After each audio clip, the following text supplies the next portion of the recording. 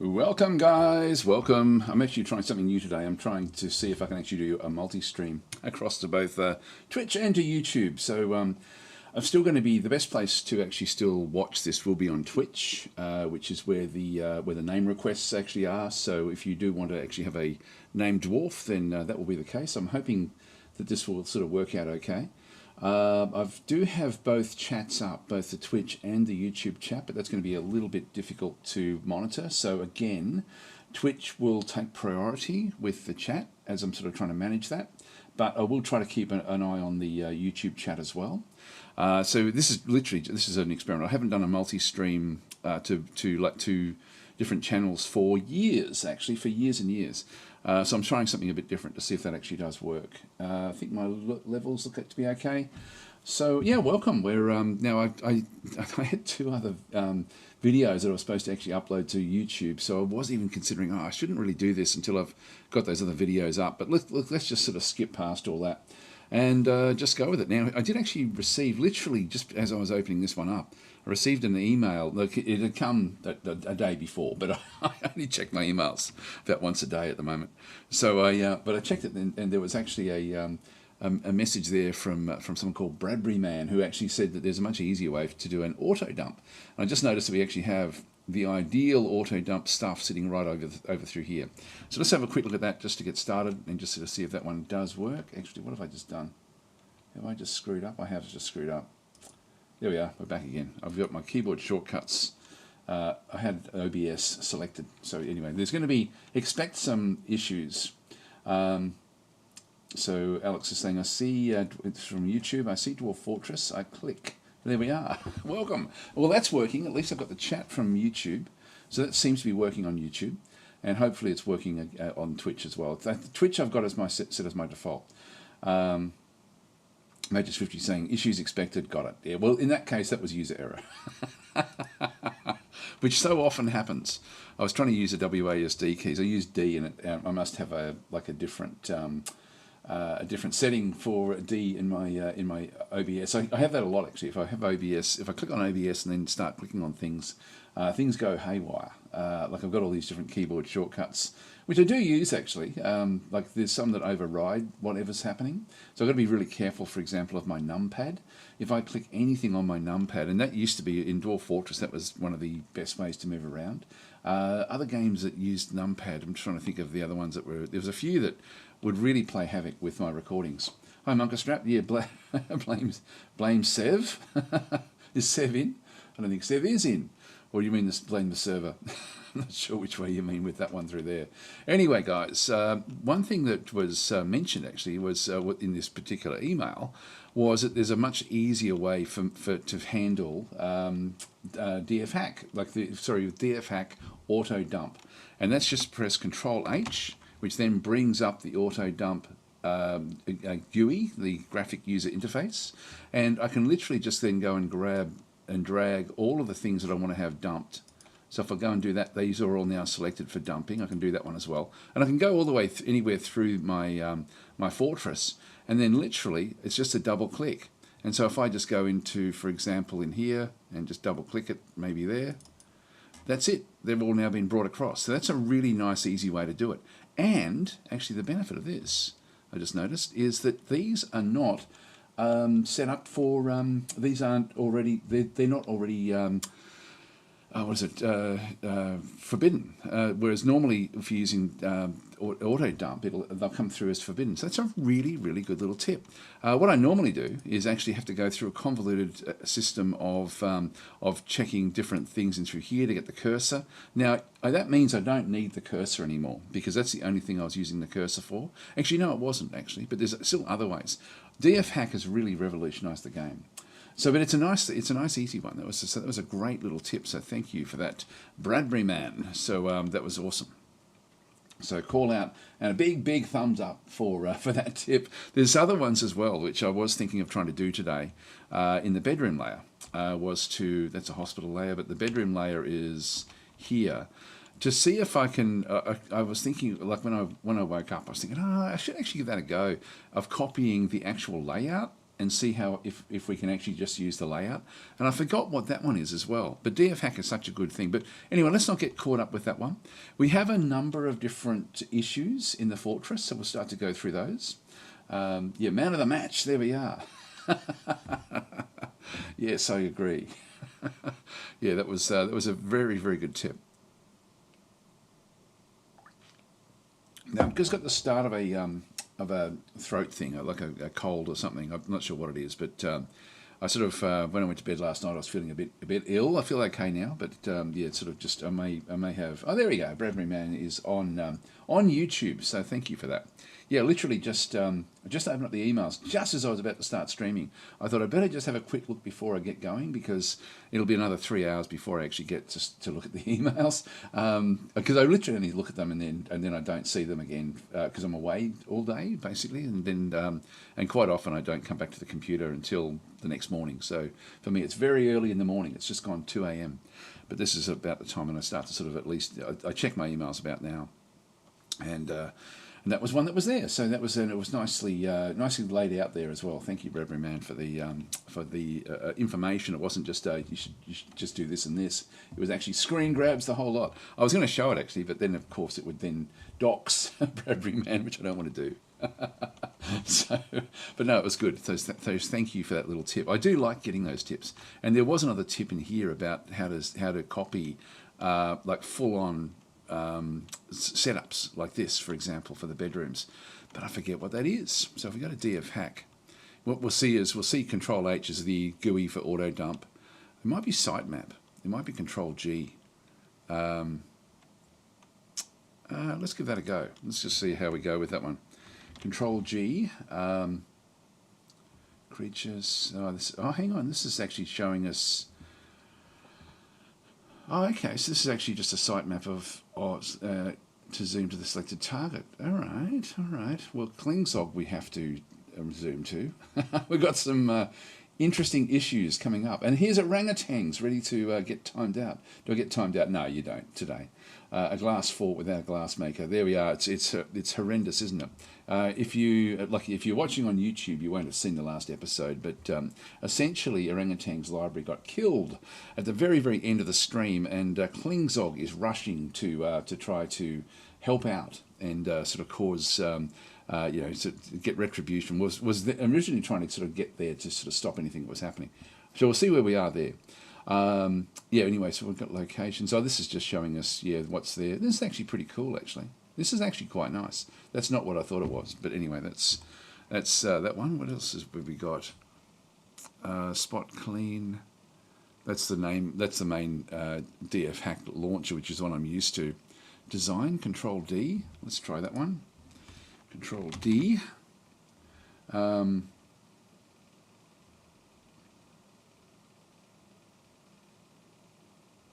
Shape to the map. I'm not sure if this is it. Designation. I don't know how this one works. No idea. So, yeah, Bunkerstrap saying rushed away or towards the danger. Well, Klingzog is now committed to the fight. He didn't get there in time, but he is actually now too close to run away. So it's going to be on. But we'll have a look at that in just a minute. I'll just see if I can find quick forward. That might be it. Control Shift Q. No. Okay, so here we go. Reposition the mouse. Click or enter to apply.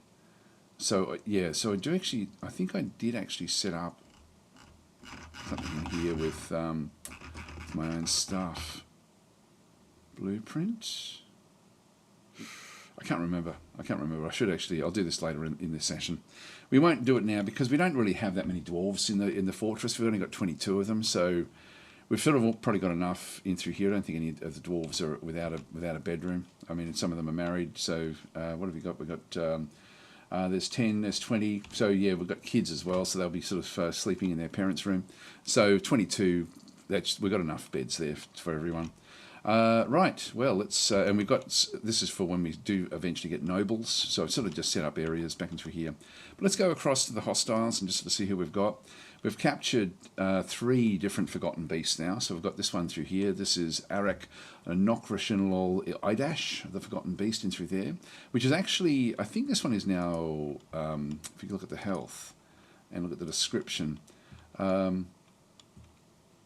yeah, its black exoskeleton is rough and cracked. Beware its poisonous sting. Again, this was one that this was the time before that when I didn't upload two of them into YouTube.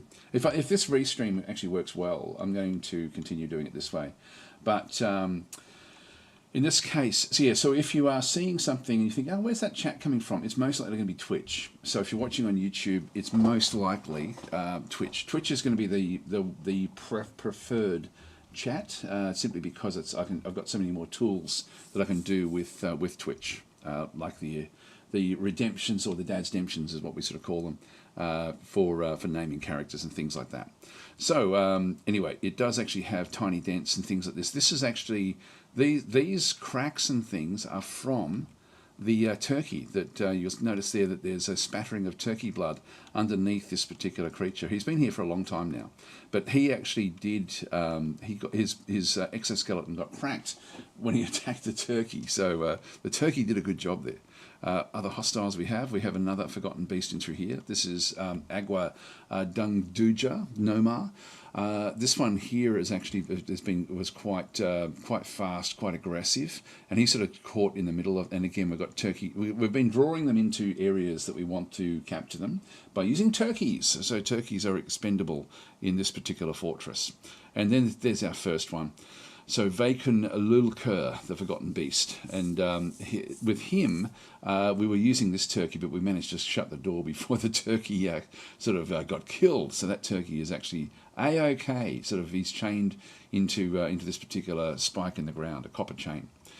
So that turkey is sort of there as well. This one, as we come back up, we do then have locked areas. So going above, we can then lock these, which then secures the fortress. So even though this is open to both this staircase and this staircase here is locked. So we've sort of locked that particular hatch, which means nothing can actually break through that from the bottom. At the moment, there is a bug in the game where Forgotten Beasts can't break open doors if they're locked, which I really wish that they would fix up. Like, it's very, very annoying. Papa Sweet is saying, any way to fix DFHack since the latest Dwarf Fortress update? DFHack is not working. It is for me. It is for me, otherwise it wouldn't show up.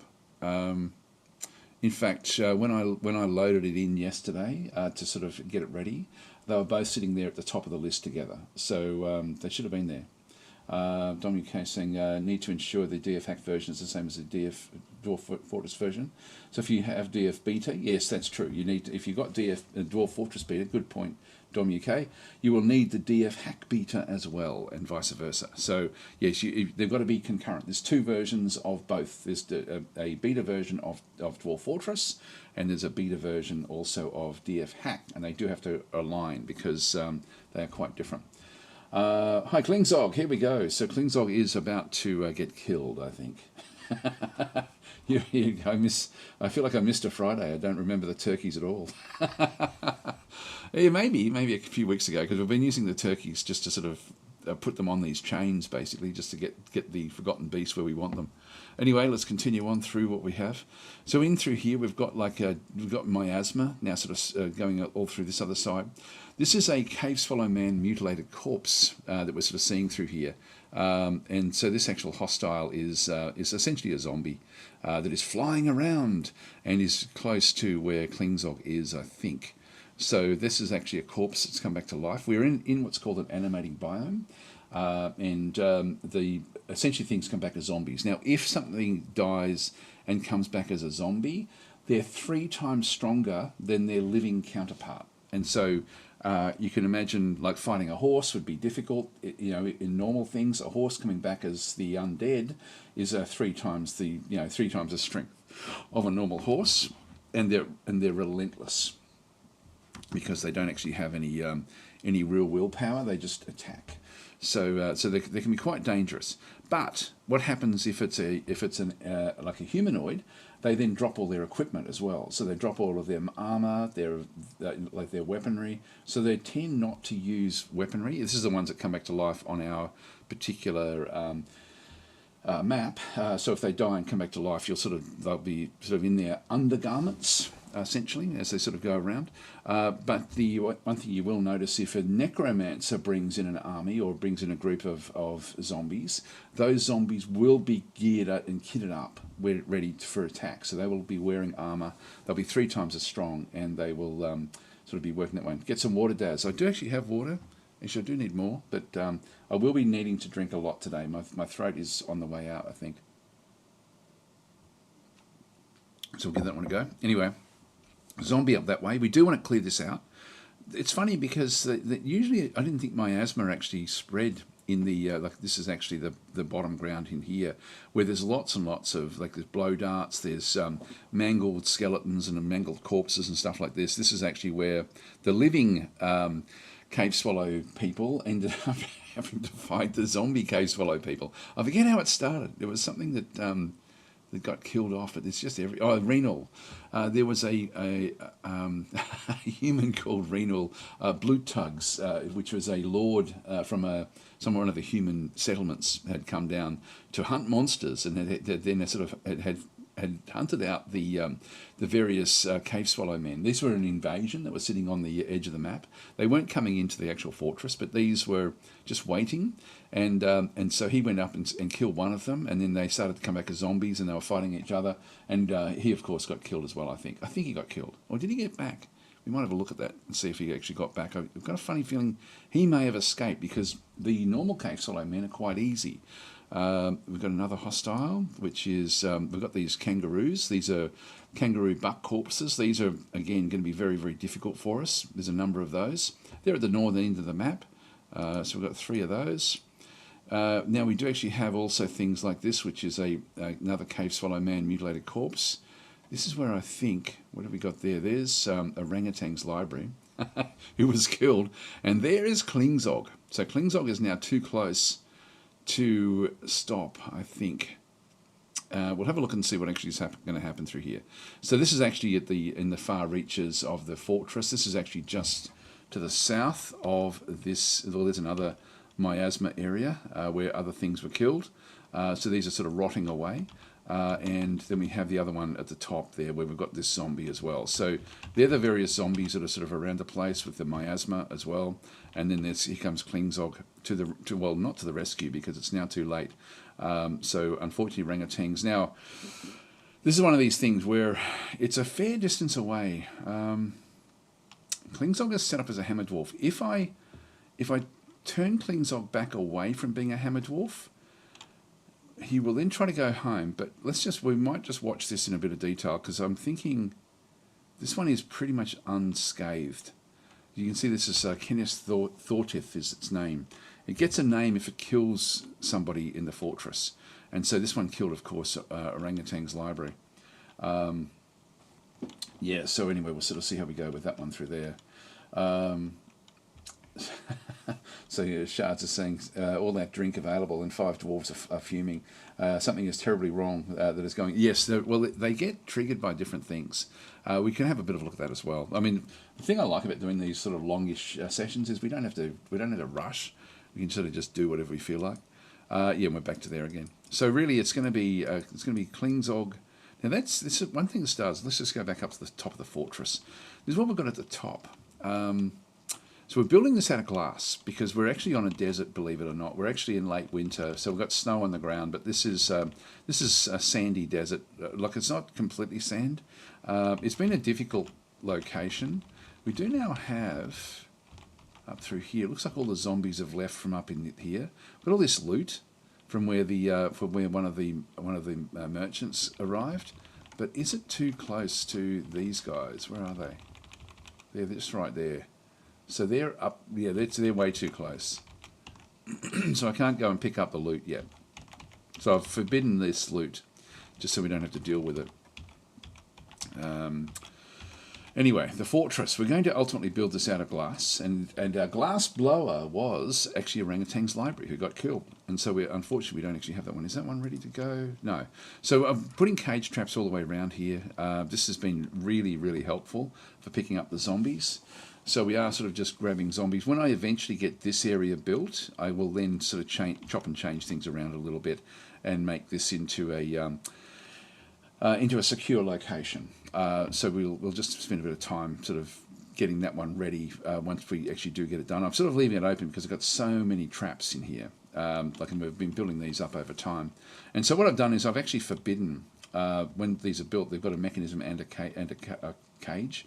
We've got lots of copper, so I've been building the cages out of copper, which is heavy, so it does take them a long time to lug them around, but and then I just forbid them, both the cage and the mechanism. If I don't forbid them, if I don't have them actually forbidden in both instances, if I forbid the copper cage and don't forbid the mechanism, it means that if something falls into the trap and it gets caged, a dwarf will then come to try to reset another one with a cage. And if there's something going on outside, I don't want them going up until I'm ready. So by locking down the mechanism, it means they won't actually go and put anything in it. If I keep the copper cage locked, what happens there is that when something does fall in, it also becomes forbidden. So people won't go and pick up whatever's been caught. Otherwise, they do that. So, and if they do it in this instance, they come back down through the fortress and into this area here where we've got all of our zombies that we've caught. So we've got kangaroos that we've caught, horses. These are all zombies that we've actually captured in through here. Different zombified things. This is our sort of bad pile of getting rid of things. I will actually have to sort of create some sort of dump for that one. Hi Began, how you going? Let's get some zombie dwarf apocalypse started. Well, we're going to have to see if Klingzog. Well, do we try to save Klingzog? That's the other thing. We'll just come back through because I think that's where we're up to. What's that? The stray pulp mangled skeleton. No, this is actually where the forgotten beast is. This is where the skeleton ended up after the attack, where it was actually in through here. Actually, this has got some of its own blood here. Let's have a look and see its health. Yes, its right lower leg bears a tiny straight scar, but it was enough for it to have some bleeding at some point. We'll just grab a drink of water, be right back.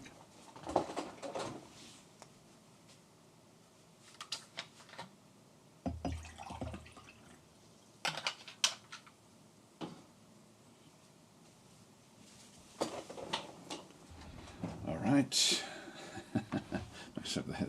It's orangutan saying, don't need to save Klingzog, he's got this probably. He may do, actually. He may do. So it's let's just go back down again. So we'll... actually, one thing we're going to have a quick look at was to see if Renal was around. Is he still in the fort? Yeah, there he is. He is around. So he's meditating on gambling. This is a temple, so he's actually in the temple considering his ill-gotten youth. Gambling his money away. So he is. He was the one who started that whole chain outside, which had to be done. So he's done a good job. He is the lord. He's a lord of one of the. Yeah. So this is Renal Blutug. He is a lord. So he's like, sort of like a baron or something like that. So he's the only real noble in the fortress.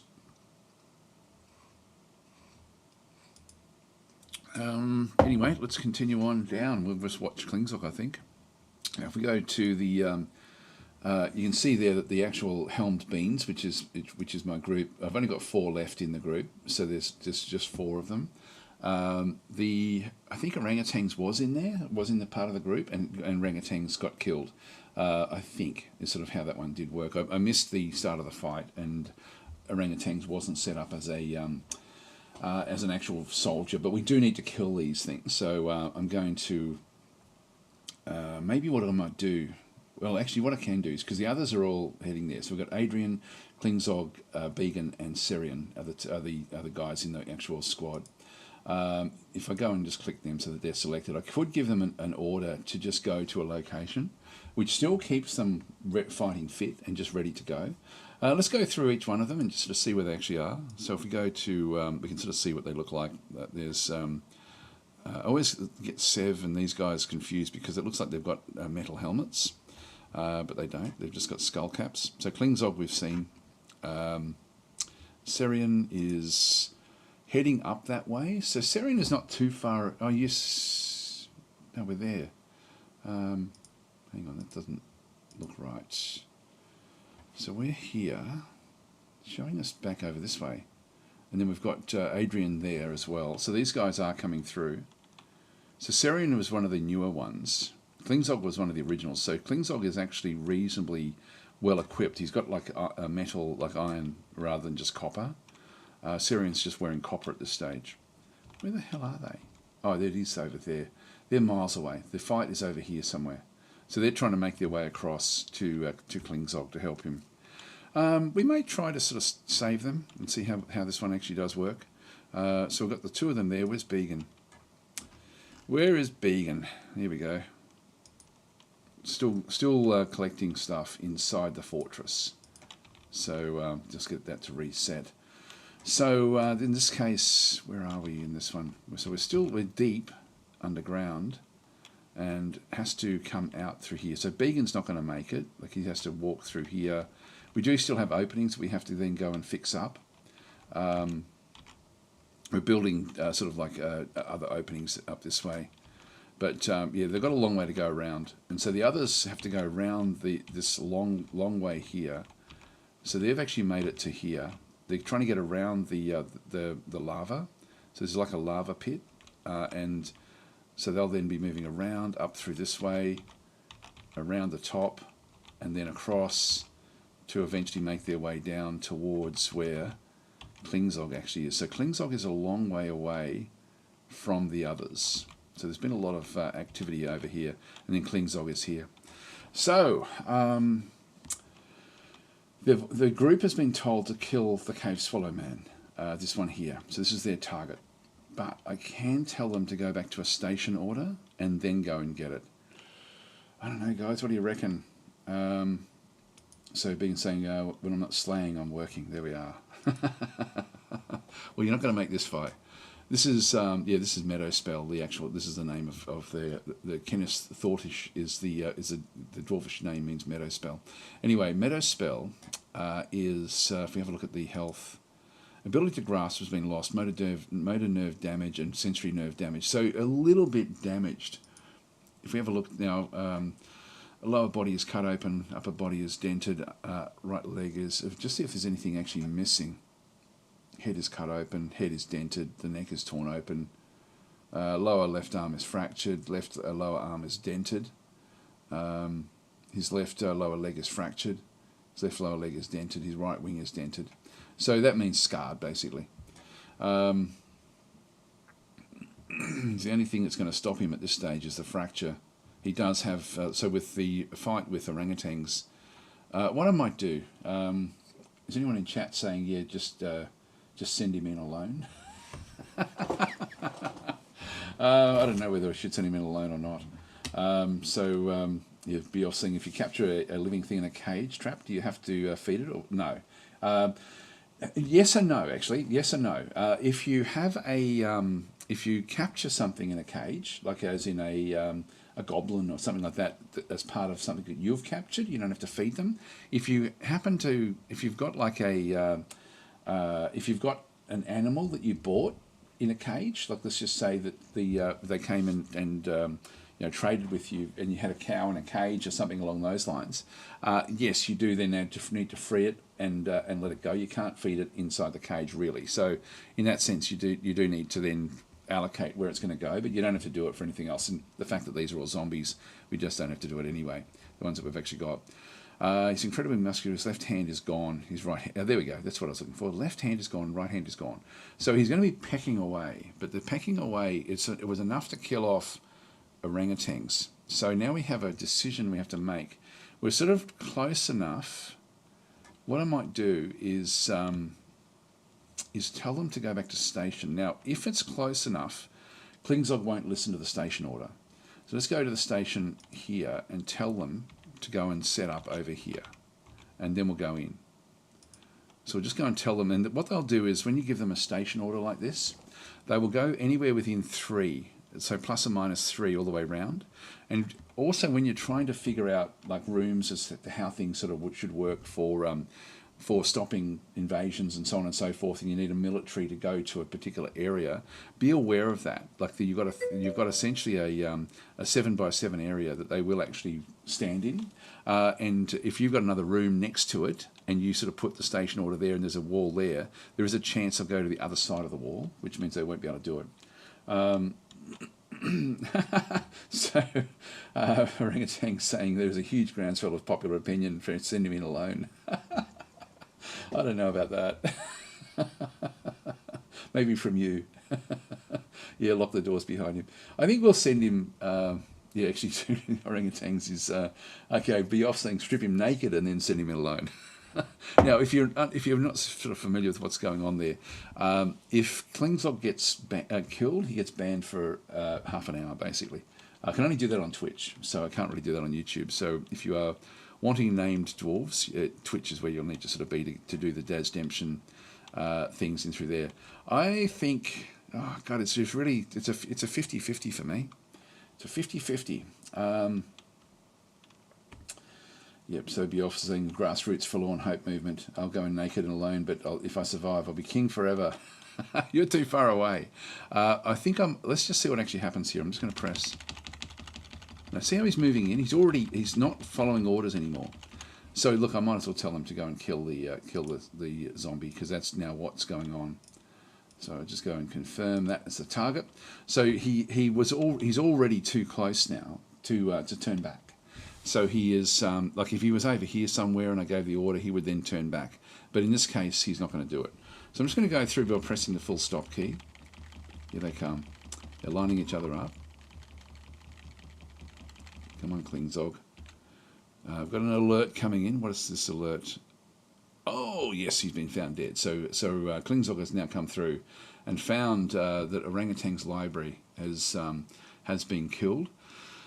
So the wrestler has been found dead, and so that is not good. All right, in we go. So I'm just going to do it bit by bit, and we'll watch what actually happens through here. If we have a look and see the history from this particular character, we can sort of see this is the back end of the history. Kicks the wrestler in the head with his right foot, and the attack is deflected by the copper helm, but it pulls apart the neck. So he didn't actually get like a killing blow, but it was enough. Like you can see, he's just smashing the copper helm all the way through. This is like at that stage, Orangutan's library is on the ground.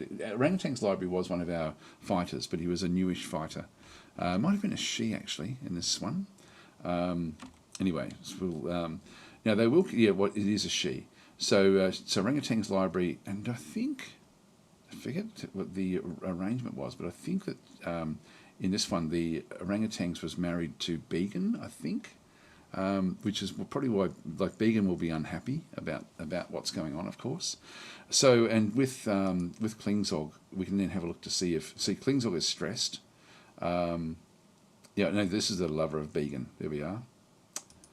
It does that all the time. Don't know why. If we just go and click on that one again. So so this is actually where he's only had a few little sort of hits in through here. What I can do is I can have this one set to auto pause, and we can just watch what actually does happen through here. So he's bashing things. He has a very, very high quality silver warhammer, and so he's smashing things like there was zombie hands crawling around, which he did actually have a crack at and destroyed. But I think we'll actually have a look at that one. From here. God, it does it all the time. Why does it do that? So we can just let the game run forward here and watch what actually happens. So the Cave Swallow Man strikes the Hammer Dwarf, but the shot is blocked. He bashes the Cave Swallow Man and mutilated corpse in the upper body with a silver warhammer, bruising the muscle and bruising the left lung. So not enough damage to really do anything. It attacks, but the Klingzog then jumps away. So Klingzog bashes the Cave Swallow Man mutilated corpse in the right foot with his hammer, fracturing the bone, so he's broken that bone as well. The Force twists the right ankle, tearing apart the muscle and tearing up, so he's got a few muscles there torn. The game models everything down to teeth, basically. Misses the Hammer Dwarf, so this is good for us. The Hammer Dwarf bashes the Cave Swallow Man mutilated corpse in the right foot with his hammer, and the injured part is crushed, so he's now not going to be able to stand. The force pulls the right ankle, tearing apart the muscle and bruising the bone, and bruising some multiple bones again. A ligament has been bruised and a tendon has been bruised. Now, at this point, what we'll probably see is we'll see how we've got like those little down arrows for the actual zombie there. It means that the zombie is basically on the ground. So Klingzog is fine where he is, but this one is actually on the ground. That's actually what that is sort of indicating. Let's just go back to Klingzog again, and again it's doing it twice. Sometimes when it does it, you've got to make sure you come back in and click that pause again.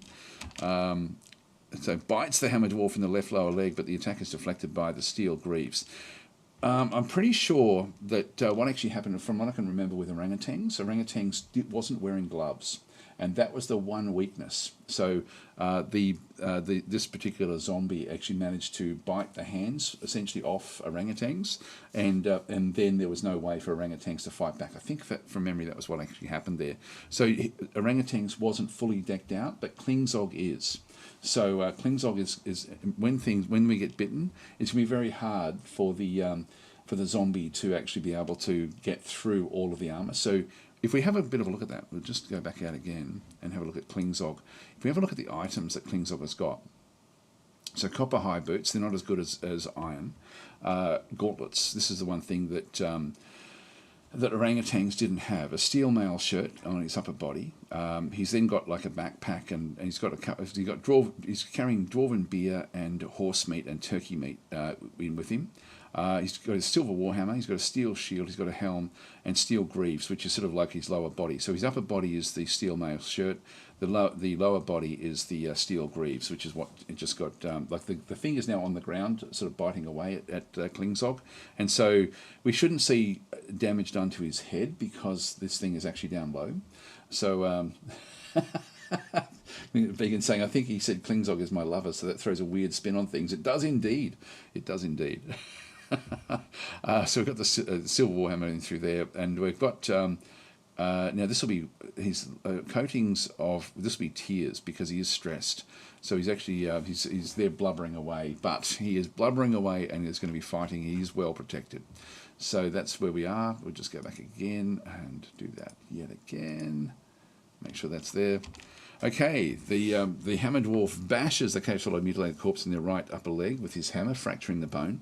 So we're doing well here. Nothing's actually gone through it. It really only takes, though, one good hit from one of the enemies to really damage you. And this is happening very, very quickly. So strikes the Hammer Dwarf, but the shot is blocked. So this is sort of blocking it either with the weapon or with the shield. So the Hammer Dwarf bashes the cave swallow man corpse in the right arm, fracturing the bone again. So he's now sort of pulverizing the bones, but the beak will be the thing that will actually do the damage. Force pulls the right elbow, tearing apart the muscle and bruising the bone. Here we go. And it gets a second hit in, which is good. That means that the damage that's being done is giving is allowing Klingzog to get multiple hits in a row. Well, here we go. He's actually now with him on the ground. Klingzog's now coming in to bash him in the head with his silver warhammer, bruising the muscle, bruising the skull. Now it's showing there that the force bends the neck, tearing apart the fat, but it hasn't killed it. So he hasn't crushed the skull, even though the skull was previously cracked. It's actually still not. He's not dead yet. A tendon in the upper spine has been bruised. Now we'll just keep it going, and it's then sort of flailed out at him and missed. Bashes again in the lower arm, and the injured part is crushed. So there's another arm that can't be used. Bends the elbow. So bashes in the right upper arm, fracturing the bones. So this is the left and right arms now are not able to be used. So the cave swallow man has got 2 arms, 2 legs, and a head with a big beak and wings. One of the wings has also been clipped, essentially, in the previous fights with orangutans. He tries to attack the Hammer Dwarf, but he jumps away. Should be easy now for a Klingzog, I think. Bashes a cave swallow in the left foot, jamming the bone through the left ankle, again stopping it from being able to do anything. It misses again. Bashes the cave swallow corpse in the lower body, bruising the muscle. Bashes again in the left lower leg. We need the head. We need the brain destroyed in a zombie. So this is why we're using hammers, just to get crush damage. Jumps away again, so bashes the in the head. Here we go, bruising the muscle, fracturing the skull. The force twists the neck and the upper, tearing the upper body's spinal tissue, attending the upper spine has been torn. Now, is that enough? Is that enough? No. See how he's jumped around all over the place. He's now back over this side. So he's jumped across the top as things have sort of been happening in through here. So that still wasn't enough to kill him off. So if we look at health-wise, yeah, he's now lost the ability to grasp because his arms have been crushed. If you look at the description, head is cut open, dented, bruised. Yeah, we'll just go and maybe what I'll do is I'll just go forward a little bit and see if that was enough. No, it's not going to be enough. All right, we'll go back in again. And yeah, missed in that one. So bashes in the upper leg, misses. So in the head, and the injured part is crushed. That is the killing blow. So Klingzog got through this one unscathed, and so we'll now see the dead. This is now a mutilated corpse. It shouldn't come back to life. They actually can come back to life, but usually when you crush things with hammers, the zombies don't come back. So we now have that one done, but orangutans is now likely to come back. Orangutans is not a orangutans is a essentially a what is it? What have we got through there? We've got the the body itself is actually not too bad. So yeah, not that we can sort of see much with that one through there. Spattering, yeah. So but there wasn't a real lot of damage done to orangutan's body, which means orangutans should come back to life fairly soon. Now, the other one that was back up this way, this thing is still up in the air. What I might do is I might get all of the others to come and congregate here. So I'll tell them to, I'll tell the military to go and sit next or sit near the body, and we'll then come back through. There's one of the other silver war hammers that orangutans was trying to use. So Klingzog did a great job there. Can I smash orangutan's head whilst I'm here? No, you can't, unfortunately. No, we can't do it. All right, what we're going to do here is we're going to... so we've got the fight was then going on. Let's go and set these guys up to station, and we'll station here. So if orangutans does rise from the dead, we'll have to just be aware of that. Let's just go. The other zombie is far enough away that we're not going to be triggered by it. So we'll just sort of stay where we are. But I'm assuming that orangutans will come back to life at some point. So we'll just have to keep an eye on any sort of combat in the top left there when that does occur. Right. Okay. So keep him as a pet in a hole with lava to dump corpses in. We do actually. We're setting it up. We've actually got it already built. We just haven't used it. So this is a lava pit. Here, this is sort of like the top of a volcano, then it sort of goes down from there into the fortress. And we're using this for our to feed into our various forges and things like this. So we're building. You can see we've got heaps of copper in through here, for example.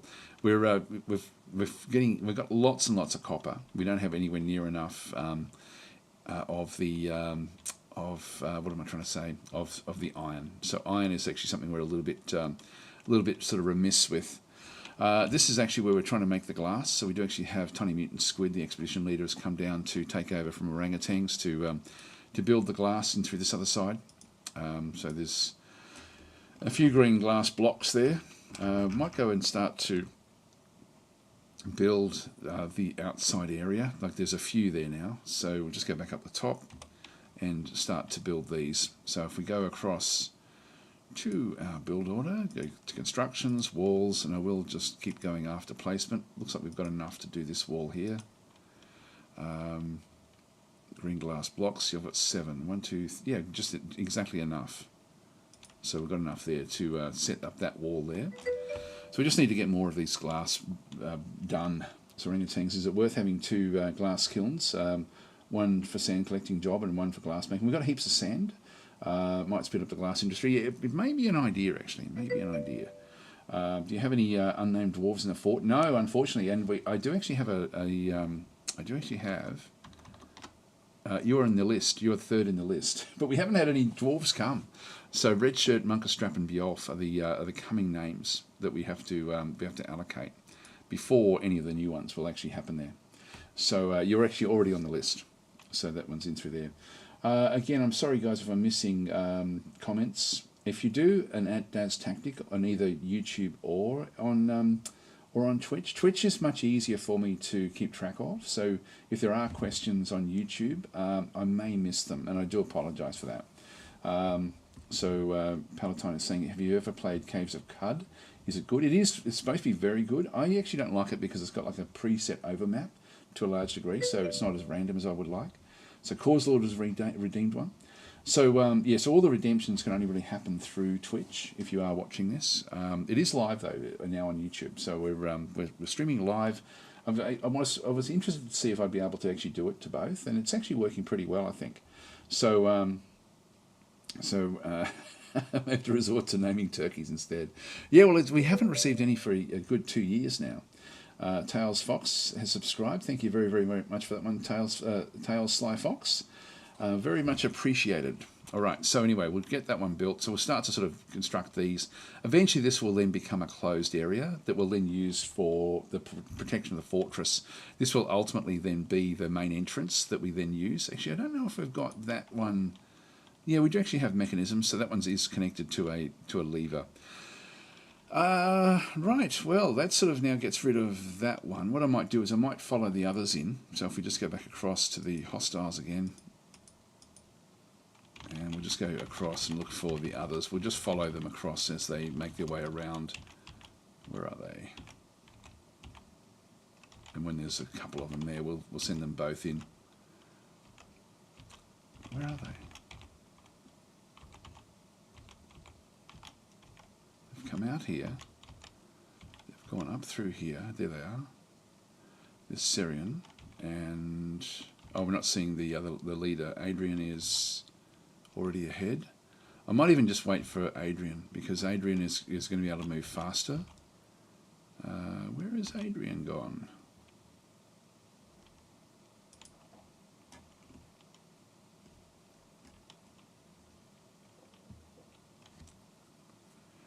It's Began.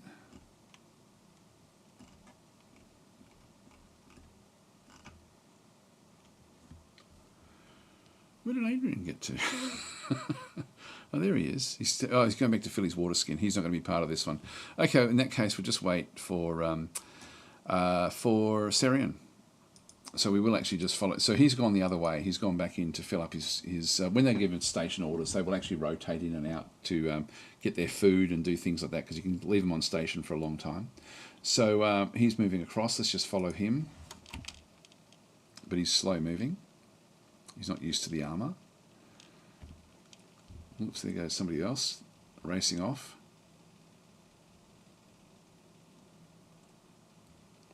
So the armour for him is quite heavy. There we go. They're picking up all sorts of loot and stuff already. So he's going to make his way around the top of the fortress. Oh, hang on. Who's that? It's Began. All right, Began's on his way. Oh, Began's gone back off to get something else to drink or eat or something like that. And there goes Adrian.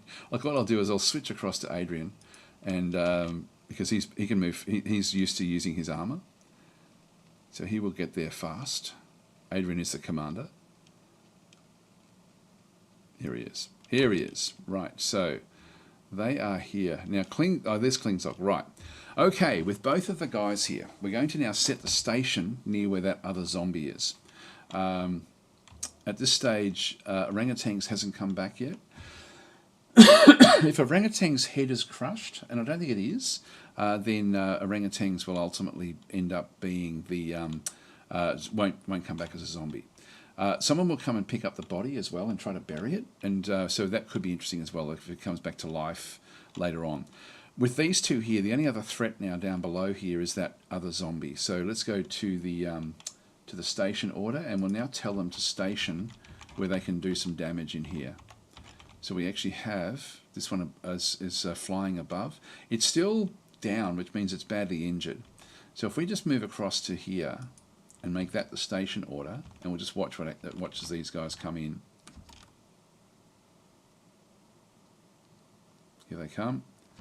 Now we should see the fight.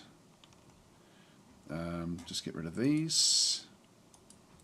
This should happen. This should be over and done with pretty quickly. So now we do actually have this one is still actually up there. I don't know what it's doing up there. It should have seen us. What I can do is I can tell the guys now, so I can tell the squad to go and attack that this zombie. Confirm that one, and we'll just let it go. Oh, they can't get to it. Okay. For whatever reason, this one is actually not moving, and I don't know why. Where are they going? So Adrian's stressed. Klingzog's stressed. Oh, they're going back inside now. They've had enough. In that case, I'll let that one go. That one doesn't seem to be moving anyway, and it didn't come to attack us. So I'm thinking that zombie doesn't have the ability to actually move. I don't know why it could be on the. It could also. Is it flying? Yeah, it's actually out in the open, but it is on the edge of this this giant mushroom, and so it may have just been stuck to the edge of the mushroom and can't get off. It's the fact that it's got the drop the area down through there. If we have a look at the health, yeah, can't fly. Yeah, so it's actually just sitting up there. It actually can't get off that mushroom. So we've got this corpse for somehow. I don't know how it got up there, to be honest. Maybe there was another cave swallow man that it killed when it was up there. Yeah, right foot. It's yeah, it's been scarred a lot. Don't think I'm going to worry about it, to be honest. So we'll just hope that everything is going to be a-okay.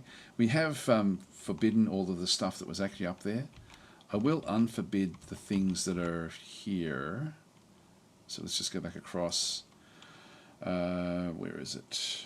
That's the advanced options. That's not it. Where have I got that? I always forget where this one goes.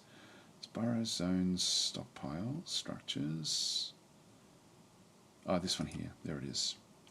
So I'll just go to claim a forbidden item. So I'll just make sure there's nothing claimed there, nothing forbidden there. This stuff here, I might as well bring it in. It's all loot. It's safe for us to grab that. So we'll grab, this is all Cave Swallow Man equipment. There's another one there. So we're going to find a fair bit of this around the place from the Cave Swallow Men. There's a lot of them, or fair few of them originally. Let's just go back up across in through here. That's all been done. Yeah, I might. It looks like that other zombie can't get off there, so I'll grab this stuff as well. So that's all okay. There we go. All right, let's now just let the fortress do its own thing. So they're just going to go back and do their own job. No problem at all. Again, the hostiles, they're not really moving off from that position, but it's enough to stop me from going out and doing things. Let's just go back up to F1 and just watch as they build this, and just keep an eye over here. Adrian's now going back to load. He needs an empty cage. So we do have everything sort of set up. It's just that they need like they've got to make cages. We just don't have enough dwarves. Like we really need double the number of dwarves to be effective here. So they're coming in now, putting in the rest of the wall.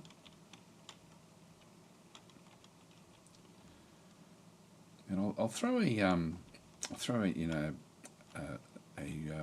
what am I trying to say? A staircase in here.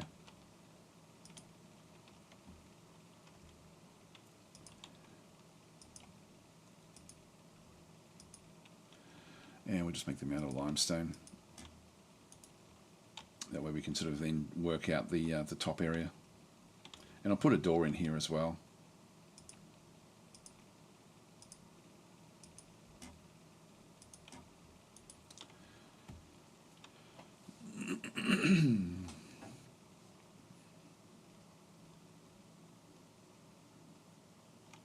Yeah, so Sunshine saying Syrian is hauling a rock door. Maybe it's his new weapon.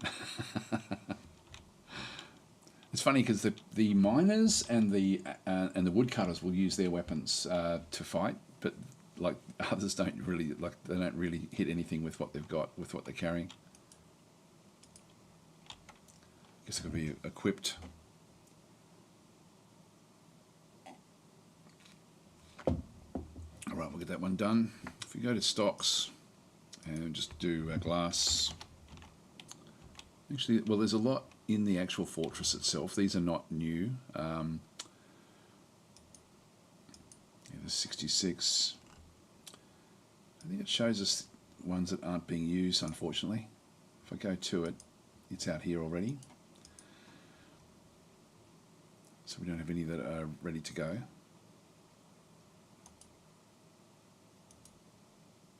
Alright, that's that wall now done. So what I've been doing is I've just been, so Serion has now been attached to his silver warhammer, which is what happens with the military. Here we are. That's been done, and starting on the stairs.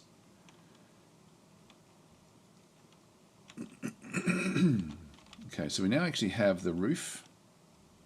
I'll make the roofs not out of glass, so I'll just make the walls out of glass. So we need to have like an area up the top here, ultimately. So we've got 8 hostiles now. So what have we got? 1, 2, 3. Aha!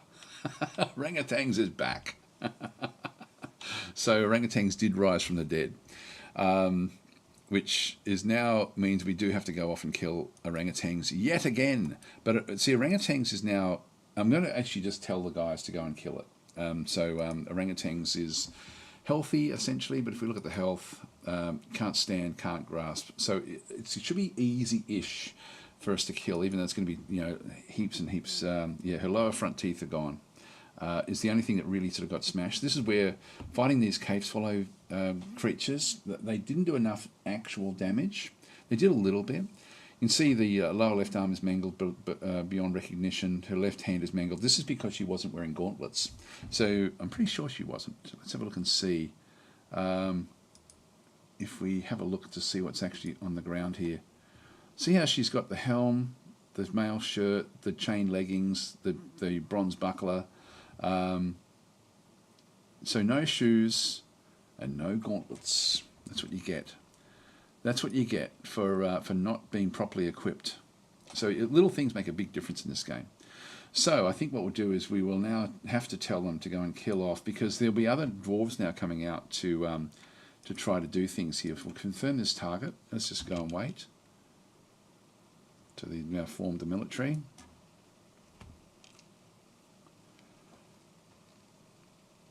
So again, the little drop down there we're seeing is that she's on the ground.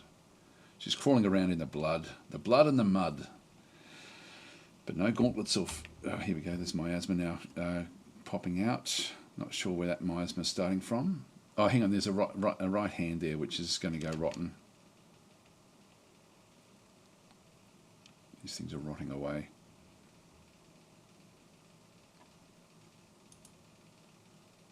Here they come.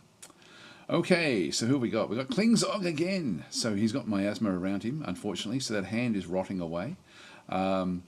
We do actually have the fight now coming back in. Let's look at it from orangutan's side. So because orangutans, I don't know if we'll see the original fight. I think this will now sort of see orangutans as a new entity. Yeah, so we've got, so this happened pretty quickly. The Hammer Dwarf in this case is Klingzog. There will be a militia commander which may come, that will be Serion. So, so the strikes the Hammer Dwarf, but the shot is blocked. Bashes the lower body. Then we've got the strikes again. The Hammer Dwarf bashes again in the lower leg, chipping the bone. This will be difficult. This will be a difficult fight. The Hammer Dwarf bashes orangutan's corpse in the head, bruising the muscle and fracturing the skull, but it's not enough to kill it. But that is a start. This is what we need to do. While they're on the ground, it makes it much, much easier for our guys to smack at them. So let's just keep on going. Lower leg, fracturing the bone. Klingzog is one of our best fighters, by the way. Attacks the Hammer Dwarf, but he jumps away. Strikes the Hammer Dwarf, but the shot is blocked. So the fact that they got 2 shots in there is a worry, because it may mean that Klingzog is getting tired. Bashes orangutan's corpse in the upper body, fights back, corpse in the upper body, fights back, but he jumps away. Scratches the corpse in the right lower leg, so just using his hands now. Bends the right knee, tearing apart the muscle. Strikes again, the shot is blocked. Okay, so this one is in the head again, fracturing the skull. So we're just fracturing the bones, but we're not crushing it. And we need to get the crush done. Again, these are 3 times stronger than a normal humanoid. Misses the hammer dwarf, misses again, so 2 more shots there. Left foot, jamming the bone through the left ankle. So there we go.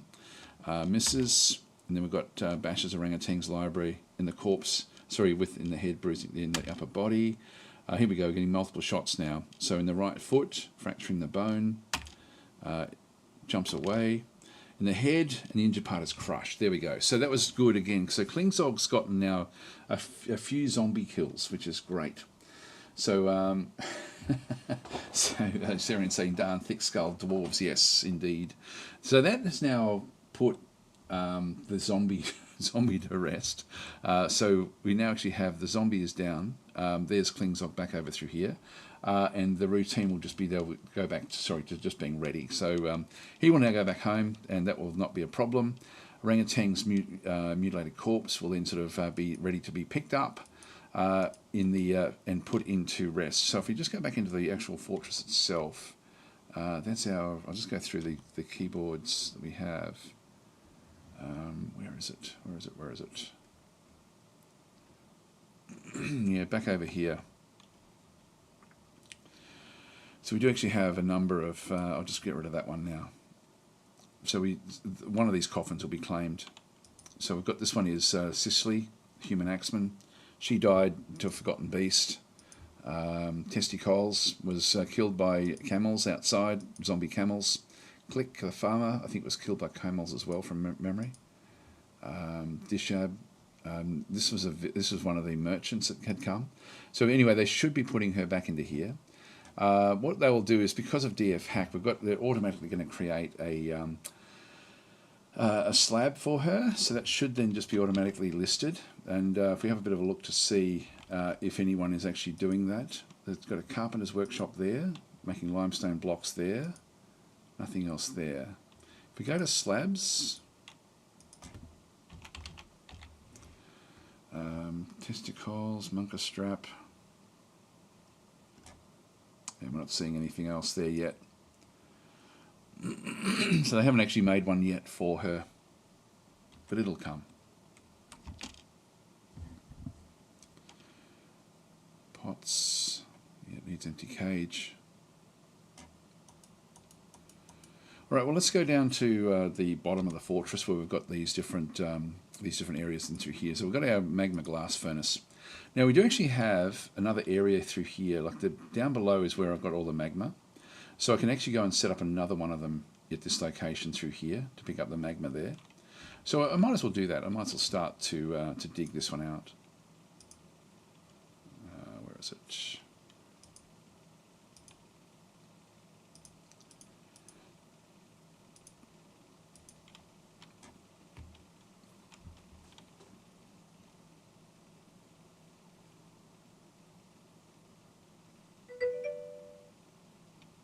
Oh, there we go. It's now early spring. Syrian's saying, how do I manage my turkeys so that they grow and get more? Enabled animal management DFHack. Do I just need to forbid eggs from being cooked? No, they should do it in that instance. DFHack should manage that for you. I don't bother doing anything anymore. So you do need to have nest boxes, of course. So there'll be a warning about nest boxes if you don't actually have them. But yeah, it just comes through with the. By default, it actually should be okay.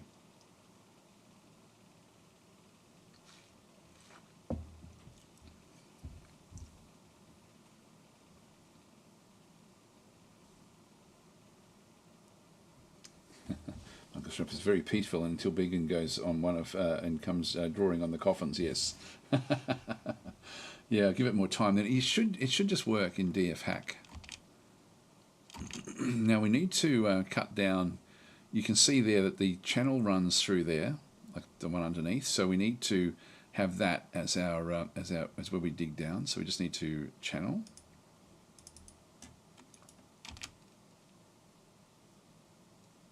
There we go. So we're now exposed to the lava underneath, and we can then just go and build a workshop. So this will be. Is that a furnace? Magma glass furnace. Yeah, there it is.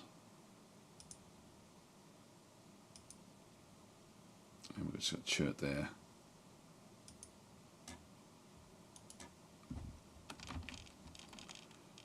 Now glass blocks are set to auto, so but you can see there that people are not really doing what they have to do here.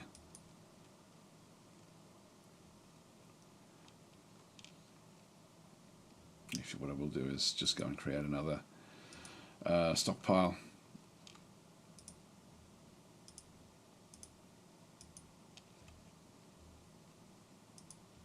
And this will be for sand, which I think is it finished goods? Always forget where this is. It's sandbags is what it's called.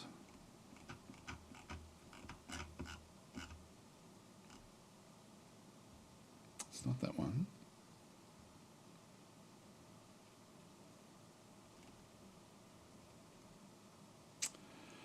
I always forget where this actually is. It's not stone. So furniture sandbags. Okay, furniture. There it is. There it is. So we just turn those off. We get rid of all of these. So none of the finished goods. So we're just going to furniture sandbags to turn them on. So that should be enough. If I just go all of those. Oops, hang on. And then none of those and sandbags there. That should be enough. Just so we've got everything. If I don't have these turned on, they won't get anything there either. So we'll just go that way.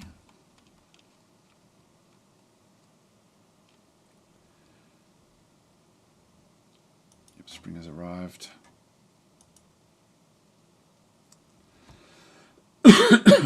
Forging silver warhammers again. So we're making more glass blocks. I don't know if this will actually speed things up for us, but I hope it does.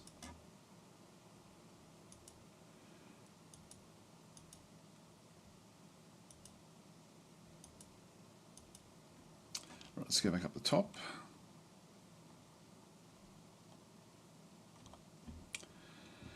And we'll start to sort of build our wall in here. I won't, as I said, I won't make this out of anything sort of too tricky.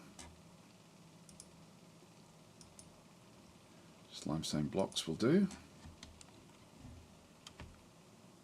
There's a frog outside in the snow. This will start to thaw pretty soon. As everything sort of, it's now the year 303. Hopefully we end up with this, those three zombie kangaroos.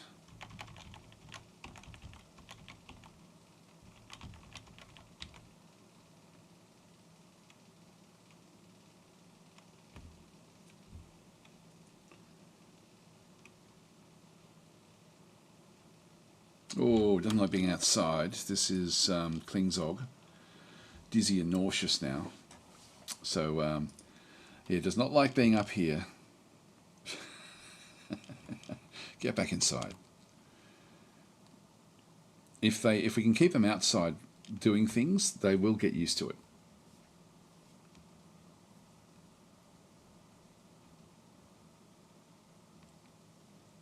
And in actual fact, I need to put a wall over like an area over the top of this one as well. So yeah, we'll just go that way.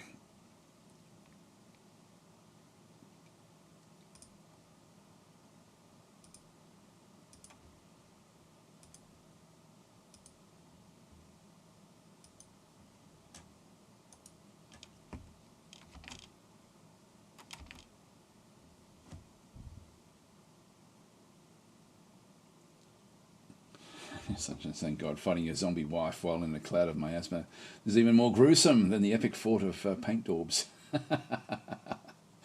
The gruesome fighting is probably the cause for all those unhappy dwarves. They're unhappy, like you can see we're really struggling now with unhappiness. Like it's become quite a problem. And it is things like going outside, it's all sorts of stuff. There's a whole mountain of stuff. You see all the vomit going everywhere because they just are so used to now being underground. They do not like it.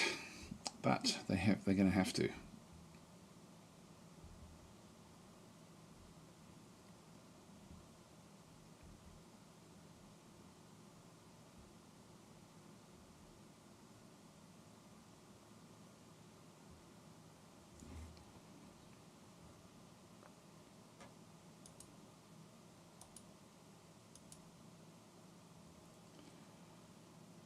lots of stuff that's missing now. Trying to do their growing for spring, but they've run out of different seeds. But you can see there we've got a lot of seeds overall. Food is good, drink is good, meat is good actually. I won't worry too much about the other things at this stage.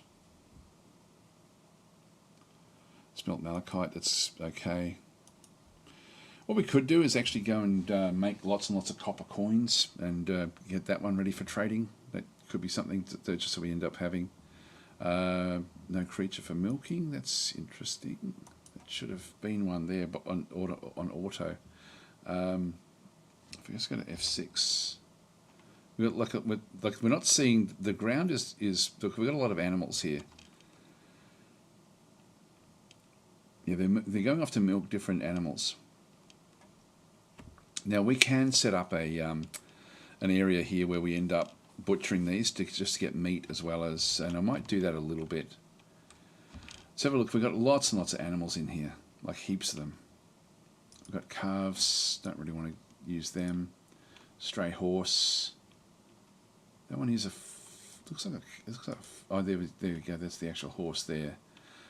Females we want to keep, so we've got that one there. We have the male foal, we'll let that one grow. This one here is a male horse. We need one male horse.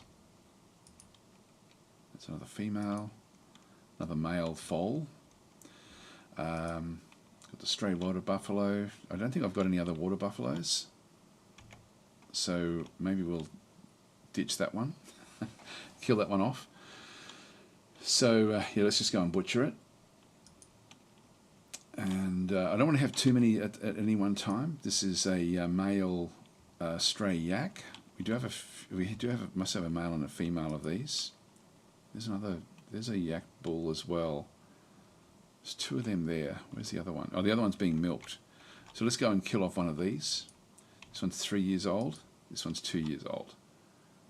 I'll kill this one off. It's weak. Yeah, resist sickness. We'll go this way. So we'll butcher that one as well. Now these will come back to life, or parts of them will. So we have to sort of have things sort of working fairly well at the time. They're coming into plants. Here we go. So this is actually this is Klingzog, just going to be going off to slaughter this particular yak bull.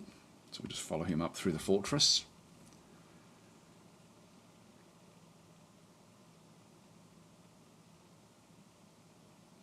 So it happens immediately, and if we then have a bit of a look to see what's going on here. So what we have to be careful of is that this will end. You can see we've got all sorts of skulls and stuff. I've got way too many skulls. I don't want to leave them outside. I'm going to have to ditch a lot of these things. We did actually. We were talking about what we could do with the lava, and I do actually have. I already have a zone ready to go with the lava. So the lava is over here, and so this is actually a. What I might do is I might actually just go Control H and do that trick here of grabbing all of the stuff while we're here, and then just going back up the top. I don't think we have to do anything. I've got these as well. I'll leave them because they're mining this, so I'll just leave them to grab that one. Otherwise it's a bit cheaty, but we'll just go back up to F2. In this case, I will just throw this into here. There we are. So we've just got heaps of those things have now been placed at that location. Yeah, you can see the vomit from the guys coming back in from outside. The other thing we do need to do is, this has actually now become quite small. We've sort of filled this area up. We've still got this area on the other side, and it does connect all the way across. So that's all one big area. I'll just leave that one where that is. What else was I going to do? I was just going to go down and set up that other zone. So down the bottom of the fortress, this will be my. This will ultimately be where I throw things away. So we're going to set up a garbage dump in here, and a dump zone in here as well. So we set up a zone. Now if we go into the zones, it will tell you exactly what you have to do, because I always forget what to do. We've got a garbage dump. So items designated for dumping will be tossed into into open air spaces, including in this zone. So if no open air tiles are included, they will be dumped items on the floor. So what we need to do is we just need to say this is a garbage dump. So just go and click on it and just go, that there is a garbage dump. And so when we do go to actually dump things, this is where they'll be dumped. And so they'll throw them into the lava. And what we then need to do is just have an area out back and through here. So I'll just go and grab this area because we've got so much rubbish now in the actual fortress that we need to... Sorry, that's the wrong one. This one here. And this will be a dumping zone. So we'll just go and accept this one. This will be refuse. We'll go to custom. And so this will then just bring in all sorts of different bits and pieces. We don't need a lot of it. Skulls we don't really need. Bones I'll keep. So I won't actually do bones. So let's just go and double click, right click. Oh, hang on, what have I done? Bones, I'll just go none with the bones. Shells, we can make use of those. Teeth we don't need. Sorry, teeth we do need here. Shells I'll keep. I'm just trying to keep them separate. Horns and hooves we can get rid of. Hair and wool we can get rid of. Now, this is dumped hair and wool. Body parts, I'll keep that one there as well. Corpses, I'll just go none of those as well. And item types, yeah, we've got any other rubbish in through that other side. So that'll do us for now, and then what we can then just do is just, once this starts to fill up, I can then go back to the top of the fortress, where I do actually have, if I go to F1, then go back down, I do have this dumping zone back and through here. So I'm going to designate a lot of these things. This is mangled hair, for example. I'm just going to set these for dumping, and that way we'll end up with a lot of these things designated. If I go into this designation, there's a lot of stuff in here that I want to dump. Like all of these skulls, I just don't need them.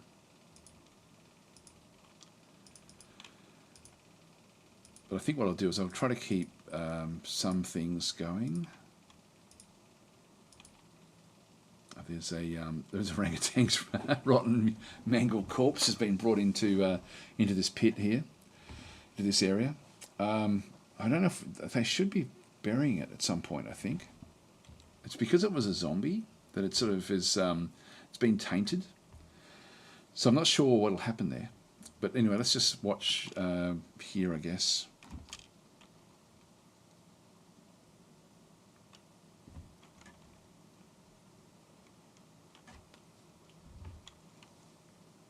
There we go, stinking up the place.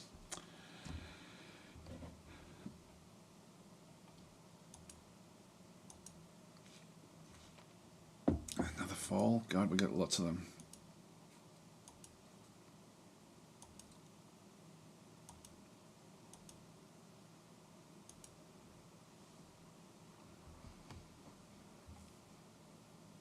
Now, the miasma will make dwarves sick if they do come in, and of course, because we've got so few dwarves, it makes life difficult for us. Just trying to get things done. Here we go. Right, so we now actually have Elephant Man. Going to go across. Let's just watch what is actually happening. So this is going to store an item in a stockpile. What stockpile? Oh, it's hauling a stray Pulse skull. Oh, okay, so it's now bringing the skulls that were in here back out again. And it's going to put them in here. And I don't really want them in here, to be honest, because I want to ditch them. So I'm going to go and tell them that this stockpile is not what we want. We do have corpses there, that's okay. Refuse. I will get rid of skulls from here.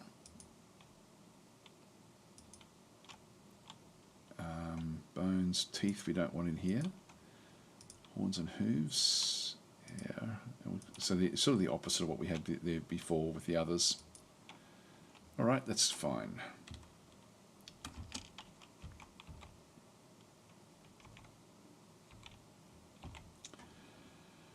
Let's see if we've actually now made any.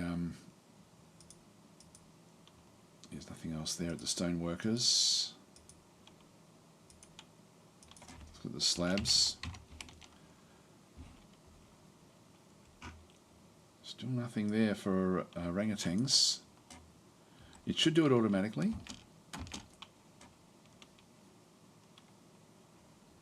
Oh, yeah, here we go. So we've got different things like the when we butcher things, the hair and stuff comes back to life. Yep, so the planter bashes the yak hair in the head. Basically, it's not a head, but it's... so yeah, this Klingzog is actually fighting those. If we see where that actually was, it'll be in the butcher's shop. I do actually have I do have cage traps in through here to be able to pick them up if it does actually happen. So that's okay. There's yeah, we're going to see this sort of stuff, which is hair that's it's not mangled, but anyway, the hair is no good.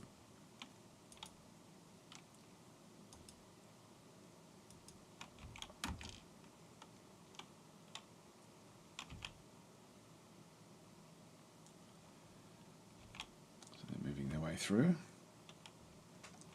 Oh, what's this? Oh, Sev is throwing a tantrum.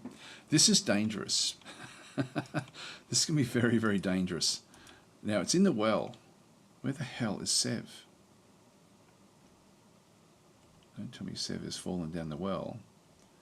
Let's see what's actually happening here. Need to find him.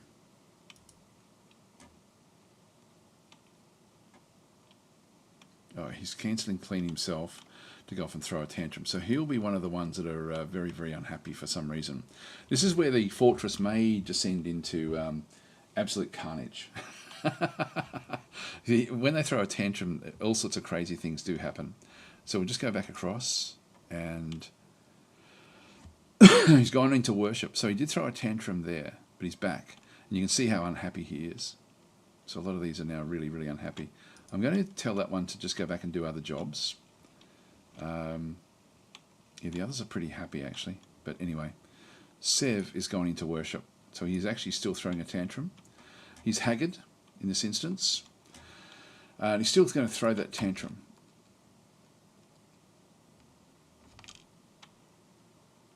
He's fighting Supreme Plague, so they're now fighting each other. This could be very, very dangerous. If we go and we'll have a look at it from Sev's perspective. The reason it's so dangerous is because Supreme Plague is a miner. He's going to be stronger, and he's also going to be have a pick. So if we have a look and see Supreme Plague's combat. So yeah, the stone carver punches the miner in the arm, bruising the skin. The miner stands up. Punches the miner in the lower leg. So eventually, things are going to come back. Oh, that's okay. No, nothing much. Oh, there he goes in the upper leg. So the yeah. So he's just making his way out of there. And what I might do is because he may pick on the wrong person in here. At the moment, Supreme Plague is actually not engaging. So he's just he's on the floor at the moment. You can see with the down arrows. Let's have a look at it from Sev's perspective. So he is throwing a tantrum.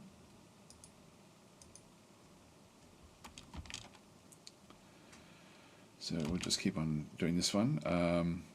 Punches the miner in the lower body, bruising the muscle in the guts. Stonecarver kicks the miner in the left lower arm with the right foot, bruising the fat. Punches the miner. So it's a very much a one-sided fight here. Let's keep it going, and that seems to be over. All right, so I'll just pause that again. Stray horse has been slaughtered again, so we'll get more hair that we have to fight. The Supreme Plague is actually now in a pile of vomit. He's still got the tantrum. What he doesn't want to be doing is fighting Lord Renal. That would be a bit of a disaster for him, I think. So he's really cranky here. Now, is he fighting again? Yeah, he is. Okay, so this may be a problem. Okay, what we need to do is we now need a justice system, unfortunately. So, yeah, be off saying, I like the way dwarves call it a tantrum, but they just go into a psychotic rage and attack people. So, actually, Diamond's saying hi and saying, have a fun weekend, thank you. Is the audio down for anyone else? I can hear him, says spiraling. Never mind, it was just, just a user error. There we are. Now, we've been going for a while, so I'm assuming everything is actually okay. Do crossbow dwarves work again now? I think they do, but I'm now wary of using them because of it. So I tend not to do much with them. Yeah, so let's go and figure out where we want to actually put people that need to be locked away. So we've got our bedroom layer there. I'm thinking we do something deeper inside the fortress.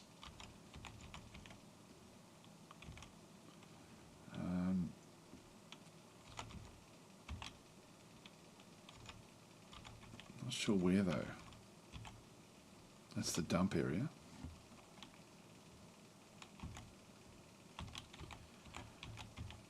Actually, maybe it should be somewhere like off the hospital zone or something. So I'll come back up again.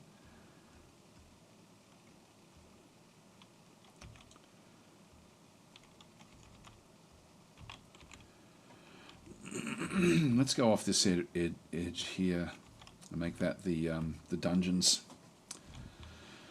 All right, so dungeons, because we will need to now sort this out. And Supreme Plague is going to have to now leave the fight and move on with other things. So with this one through here, yeah, by keeping it fairly close to everything else, it means we can then look after stuff. I'll go in twice in through this other side. The little areas should be fairly large-ish. I'll make them 2x3s.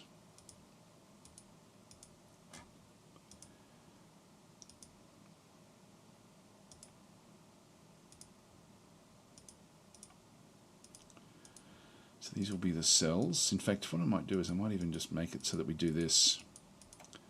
Give us a chance to sort of dress them up a little bit better than what we're sort of seeing through there. And that way, yeah, that way we can put bars across the top, across the front. All right, that should be good. Let's go and dig that one out. In the meantime, we'll just go down and watch the interaction. So Supreme Plague is leaving.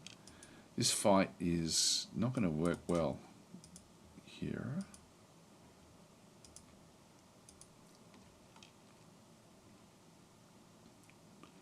Yeah, no one's fighting back. Everyone's just basically sort of keeping him at arm's distance.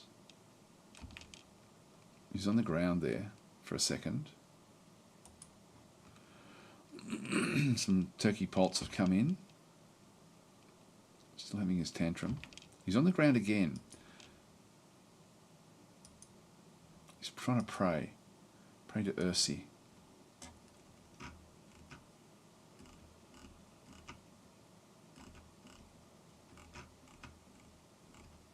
Yeah, the Lord is just is being annoyed by him. Actually, it's now finished.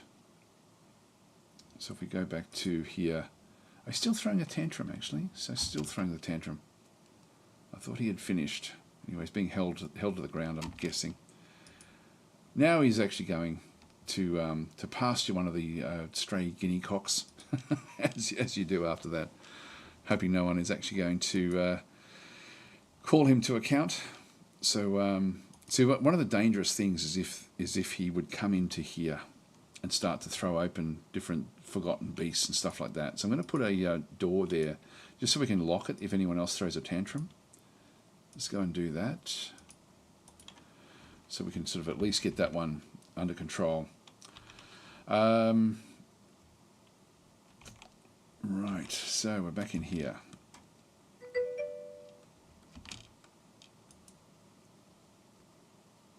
Oh, we need limestone. So that's chalk. So we need to now go and find more limestone, which is in the top layers of the fortress. So this is microline. This is limestone. So we do have limestone in here.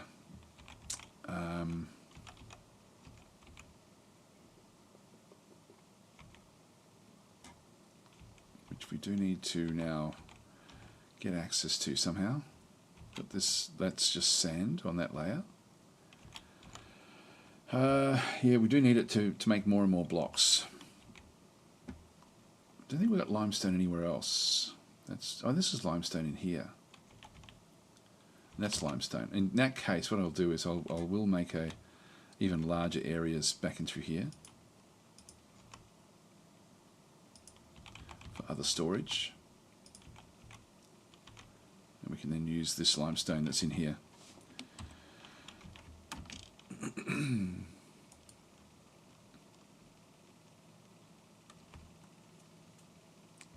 Now what we do want to do here is smooth this all out. So this will be important. So I'll wait until it's carved out and then we'll sort of get it ready. The fact that we've now got so many unhappy dwarves, we're going to have to start to punish them.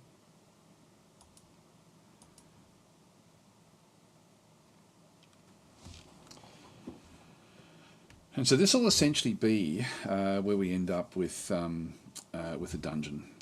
So I can make it bigger than this, but we'll just go into smoothing. We want it so that it's happy, like it's a happy place, a happy dungeon, like what we've done for the hospital, like because this is actually where people are going to have to calm down. So ultimately, we don't want to make it. Oh, what have we got? Please.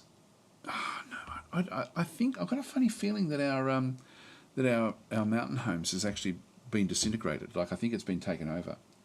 So so Quendelf is where are you? Start talking. Hi, Kludgy. Sorry if I'm missing so much. Oh, there we go. We've got a raid. So hi, Quendelf and the raiders. I can see you up there now. I'm very bad at actually looking across at my other screen, so my apologies for not saying hi. But hello there. So you were saying you were also dwarf fortressing? Yeah, we're in an animating biome. I'll do a quick summary actually of where we actually are with the fortress. And again, if you're watching this on YouTube, then most of the stuff can then be sort of claimed through Twitch. So Twitch is sort of where the main sort of stuff is actually happening. Yeah, it doesn't have a raid notifications yet. No, I don't actually. I can see it there, but I don't actually have something that then beeps at me. I've got to do that. I always forget to do it. All right. So anyway, need to go and tidy up for dinner. Yep. That's all good. So thank you for that one. Anyway, we're playing in an animating biome. I will just actually let this one continue on. So sorry, we've got this. That's been slaughtered. That's all done. That's done through there. Rock pots and limestone blocks needed. So they do need to make more limestone blocks. We'll just hopefully get somebody to come in and do this other with what we need in through here. In the meantime, what I will do is I'll set this one up as a dungeon. And so what we'll do is we'll put in some iron bars. Now, I don't know if I have to, if I go to F8, I don't know if I have to make the bars in one of these areas. So if we just go across into one of the magma forges, you can see we've got copper bolts back in through there. We've got a few different things that we're just sort of doing on auto for the future. We'll just add a new task and we'll go to, I think it's furniture or it might be other objects. We'll make it out of copper.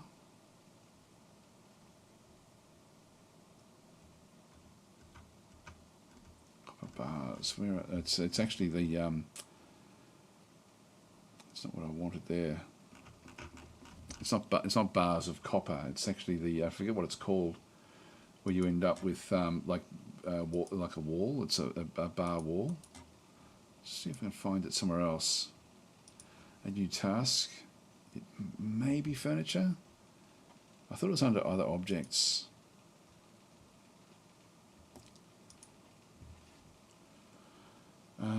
Bins, blocks, cabinets.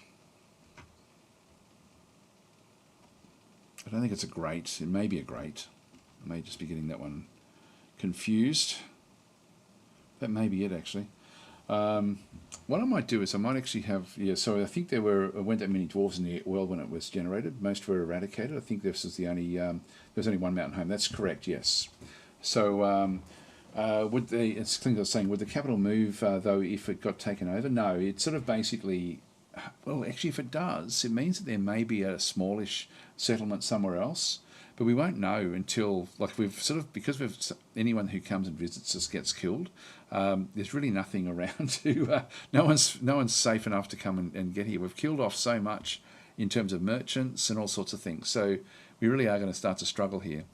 Just go and get that one there. We're lucky we've sort of haven't really had any major invasions yet, but that may just be a matter of time. If we go and, now this one here, I forget what they're called. If I go, maybe I can look at it from here. If I go to constructions, vertical bars, there it is there. Vertical bars, but allows the passage. So if I do that one through there, I'll just do it as a sample. Oh, okay, I can just do it straight from these bars here. All right, in that case, we've got what we need. So I don't need to worry about that one. I'll just go back up the top of the fortress. And I'll start to just put some in here, because I think we can now, we'll just start with one and then work our way through. And so what we need is, there's a whole lot of stuff. In fact, what I might do is I might just go to the Dwarf Fortress wiki and just have a bit of a look.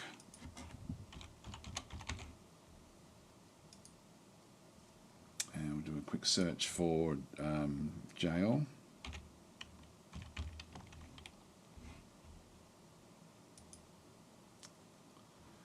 Don't spell it that way. Okay, jail.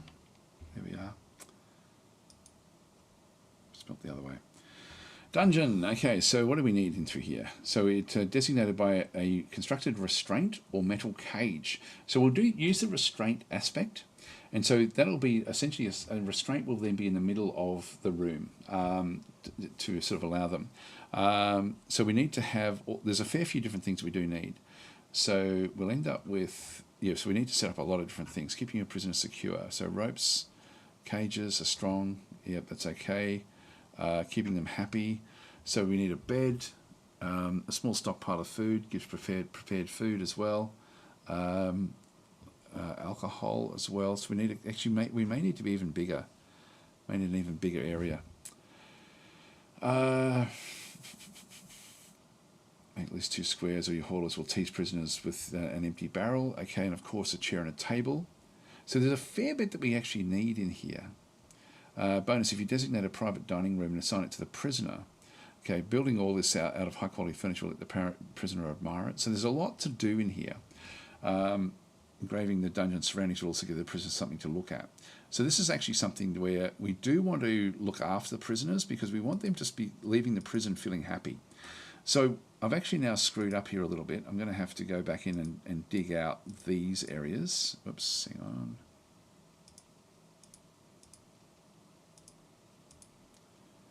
Because we now are a little bit further in.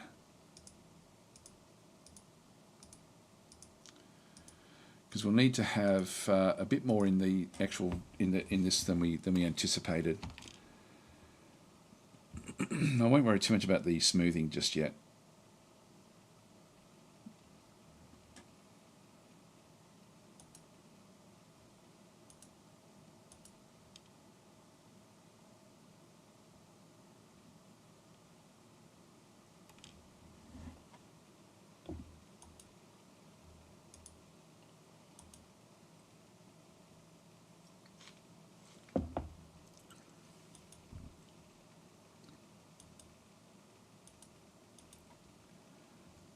Where Supreme Plague is.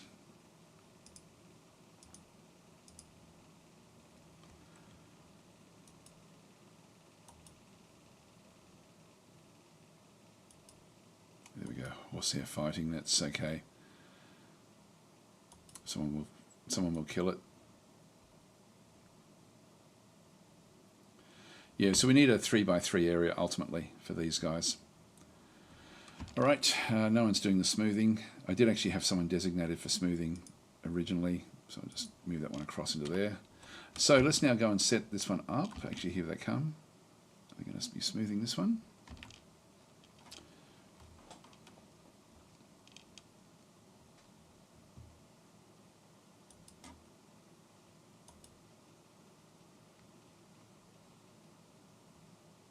Yep, so things are fighting. That's okay. Let's Steel bars. I don't want to make this out of steel bars. No one's coming in to do any smoothing, so what we'll do is we'll now set up the actual zone. So what we'll do is we'll go across. I think I'll just make it out of copper. It's not the best quality material, but it'll sort of do. It'll make it sort of a bit more thematic anyway. So just go to constructions. We'll go to vertical bars in through here and set them up across to there, and then another one. She'll do it all the way across.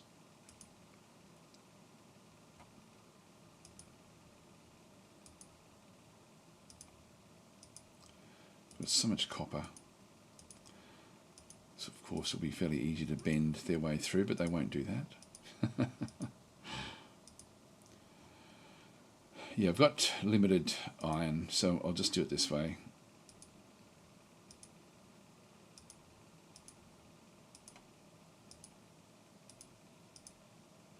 And we can always just come back in and sort of clean it up afterwards. I might go back to the, oh hang on, that's the wrong one. I didn't want that there. I wanted it there. Copper bars.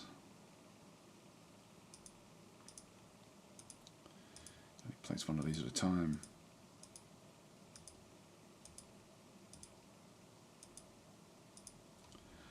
And then just have a look through to the other area. Copper bars back there.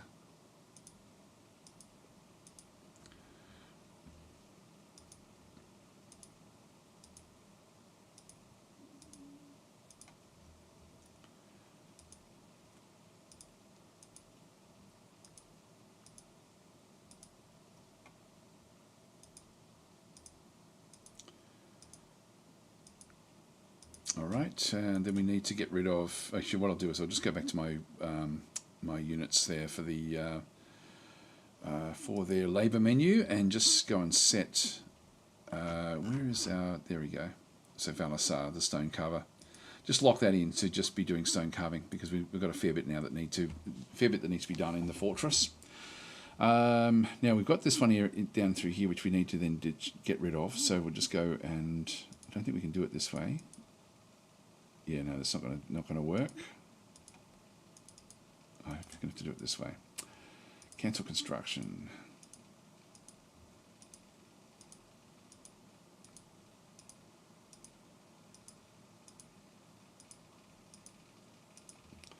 I'll just set one area up initially.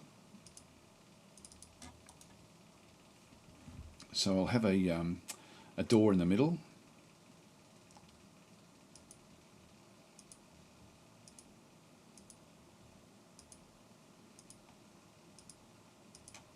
Do us. Then come and dig and build this one to start with. Actually, I might as well get everything sort of set up. Although, see if they can come in and do the smoothing. There we go. Good. Smooth away.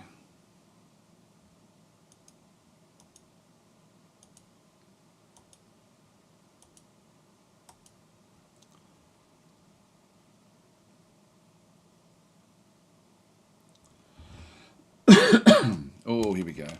Voodoo dog has slipped into a depression. Unhappy. Yeah, we're gonna have a spiraling fortress now. It may be near the end of the fortress. We'll see how we go, because they're going to be working less and less and fighting more and more amongst themselves. This is the mangled hare. Will the prison be the safest place to be in this zombie-infested area? Possibly. Oh, I don't know. Like, because the bars let air and stuff through, so if it's a forgotten beast that comes through, it could actually sort of spray it and do damage that way.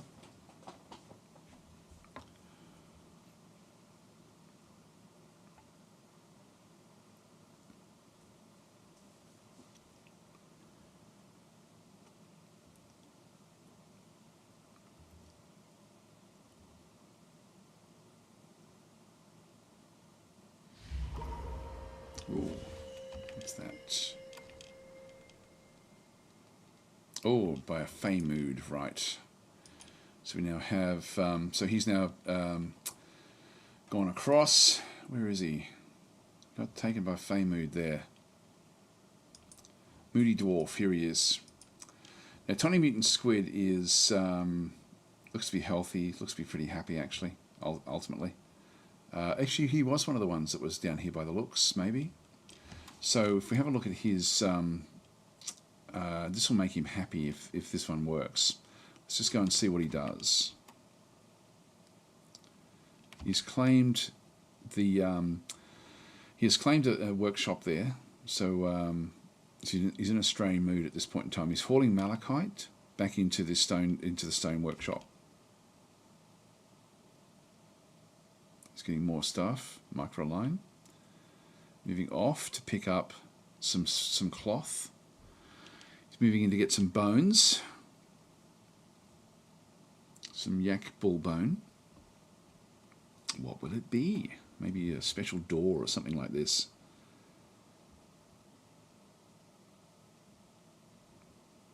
And cherry opals.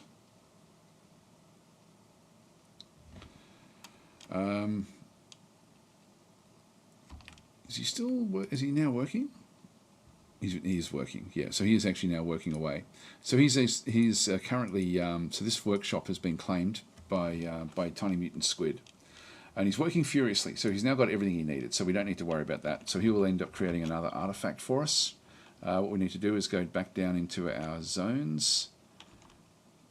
This one's good, it's sort of coming together quite nicely. Now back in this way. We need, we've still got pedestals there, so whatever he makes we'll then sort of put on that pedestal, or we'll use it if it's probably be a door or something useful, I would guess. Oh, here we go, another Forgotten Beast, our fourth one. So this is Nagalak Nothasinir Geterdumur Nist has come, a towering serpent with external ribs. It has thin wings of stretched skin, and it undulates rhythmically. Its black scales are blocky and set far apart. Beware its fire. So this is a fire-breathing serpent, so basically a dragon without legs. Let's just go and click on OK and quickly pause, because we need to find where it is. Here it is. Now, it's on the upper layer. Now, this is showing it's got wings. We have a look at its health. Yeah, its thin wings are stretched skin and it undulates rhythmically. So it's just come in on the side over here. Now, we don't have access out this way, but there are a whole lot of rodents that live out this way. As they do, of course. So they will be targeted, I would think.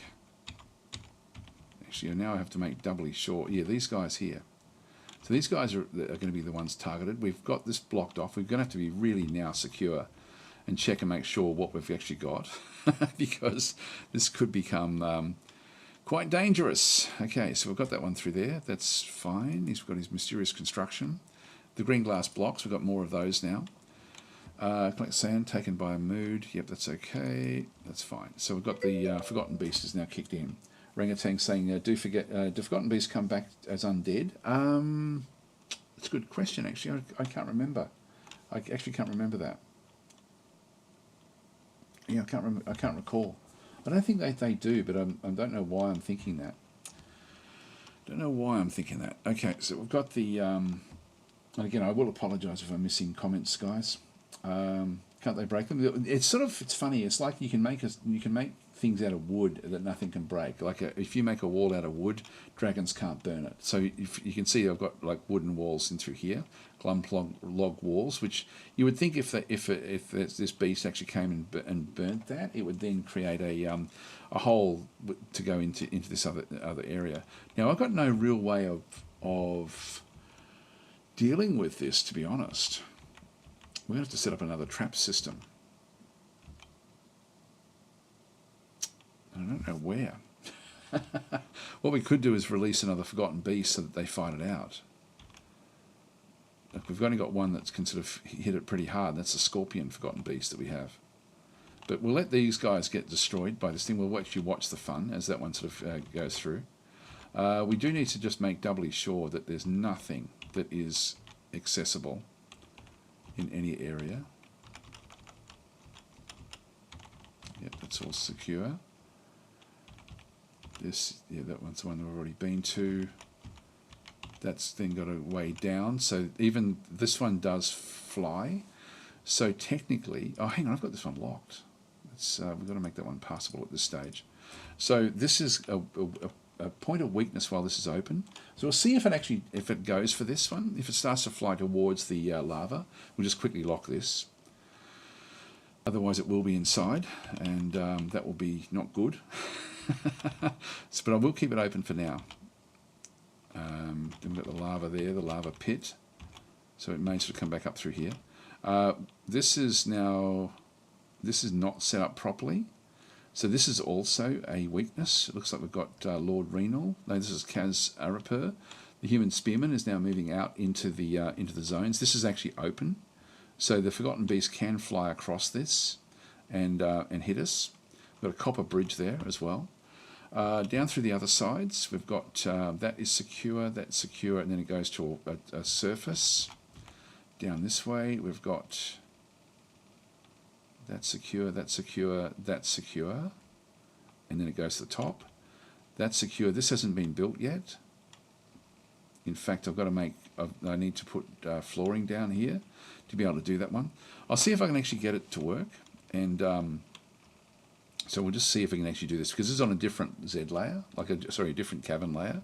There is a way down between the caverns, but we may still be able to fix this up. This is another one that I do need to go and resume construction there. So we'll get that one constructed. That one is then set up. So that is secure through there, and then that goes up to the top. That's fine.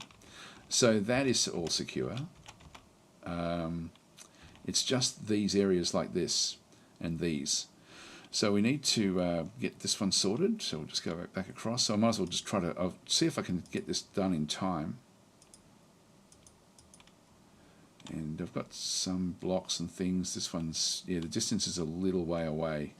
Actually, I've got now 19 glass blocks. I can now start to go back up top again and finish off what we actually have up there.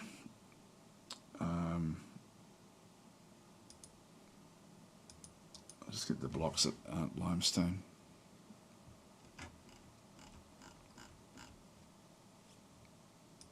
That'll do.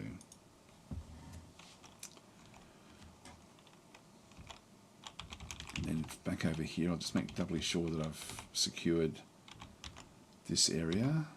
Yep, we've got that wall there, which is fine. And so really it just comes back down to this wall. We've got our Forgotten Beast in here as well. I could open this door up and let this Forgotten Beast go out and fight the other one if we have to.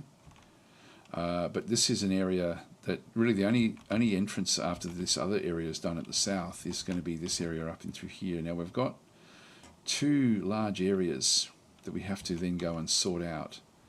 So I need to then go and create more in here. I'll just see if I can do it. I mean, then we will have to just follow to see where we end up. So limestone blocks there. And the first one that we need, this one here, we just need to suspend that construction until this one has been built. And then we go up to the next layer, which is going to ultimately be where we end up with fortifications. We're going to need to get more flooring there to go and build this.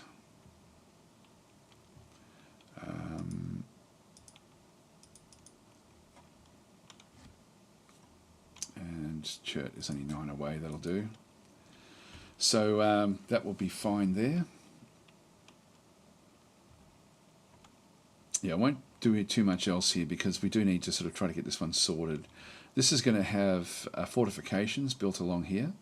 So I might as well start building those now. So constructions, this will be fortifications out of limestone blocks.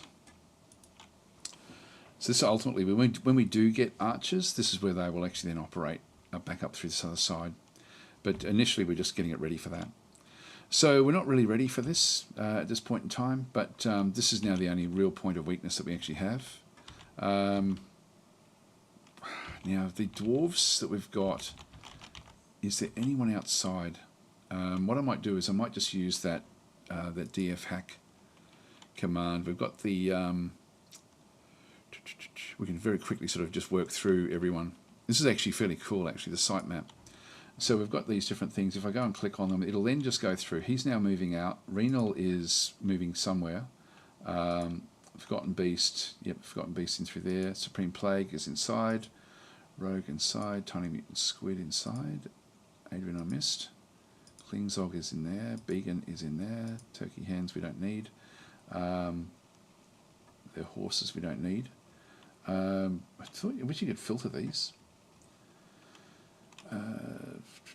To zoom, shift click or shift enter to zoom and follow the unit around. Yep, that's all. These are friendly, but they will be destroyed by the Forgotten Beast. So that will be sort of like they'll come back as Cameloid inside again. Fort animals we don't worry about. Voodoo Dog is down there. Sev is inside. Looks like everyone's sort of pretty much inside. Huabab is out in the mine. This is secure, so we've got no problem there. The Atomic Ant is inside as well. Looks like everyone is actually inside. Fort member, Vinyl Rabbit is also inside. This is the outside area that we have to be concerned with. Can you type to filter?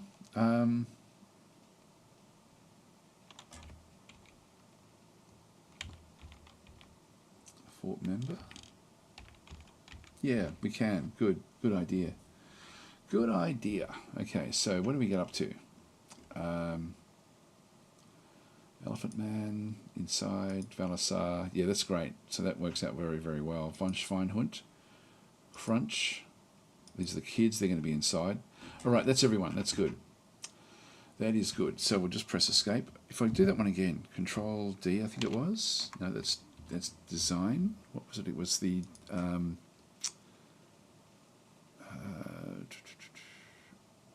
sitemap. Control G. And yeah, it then goes back. So we just have to probably just member would actually then get what we need. So yeah, that'll work. All right, so that's good. At least we can just quickly have a look to see that everyone is actually inside. Now let's watch the Forgotten Beast and just sort of see what it does. And we'll get an idea as to how fast it moves when it needs to. It's moving up there. Now this is going up to attack our fortress. Oh no, it's actually these were up the top as well. So there's another group of these. All right, in that case, it's actually got injured by these guys. So let's have a look and see what actually happened here. So if we go into the into its okay, so it breathes fire, attacks the rodent spearman, but he jumps away. So he's striking at the spearman. It's blocked by a steel shield. Rodent Man misses the Forgotten Beast, misses the Forgotten Beast. So this is actually we may be able to damage the Forgotten Beast a lot. Breathes fire again. So it's not actually it is attacking every so often. Yeah, let's just see what happens at the top through here. Charges the rodent spearman, collides, and the spearman is knocked backwards. Yep, the Forgotten Beast bites a rodent man spearman in the tail, and so it bit its tail off. So these are like rat men. These are the so we've got the rodent spearman attacks the Forgotten Beast, but it jumps away again. So the Forgotten Beast is actually fairly adept at at avoiding damage. Let's just see what happens with this. So bit by bit, charges again, collides. Yeah, there's an iron blow dart, strikes the Forgotten Beast in the body, tearing the fat. So shot is blocked. It's just, okay, that's okay, misses. Yeah, bites the tail again, tearing apart the fat. So really going after the tails of these guys. Attacking the Forgotten Beast, but it jumps away. Bites the rodent man spearman in the left lower leg, and the severed part sails off on an arc. This is what we have to see. If it's doing that sort of damage, so it's one bite, massive destruction. It's rat catching, it is indeed. So, yep, strikes the rodent spearman, but the shot is blocked. Let's have a look and see what these rodents have got. So we have a rodent man in through here. When it flickers yellow like this, it means it's on fire. So you can see it's bleeding, but it's also burning. So description. his right lower leg. It should be in here actually, where it shows it. An evil humanoid with a long tail, black. These haven't been evil to us. They've just been doing what they do. Black spiky fur and a twitching nose. It lives far underground. He's rarely sick. So his right leg is oozing rodent man blood. Yeah, so he's actually, his right upper leg is melted away with the fire. His lower body is oozing blood as well and is burnt. His head is oozing blood and his head is melted. He's still actually okay, so the flesh is being burnt away. If we have a look at his items, he's got a blowgun and darts, so no real armour. Now that's interesting as well. So who else have we got? We've got smoke and fire there. The spearman there is faint with heavy bleeding, but not burning. Description.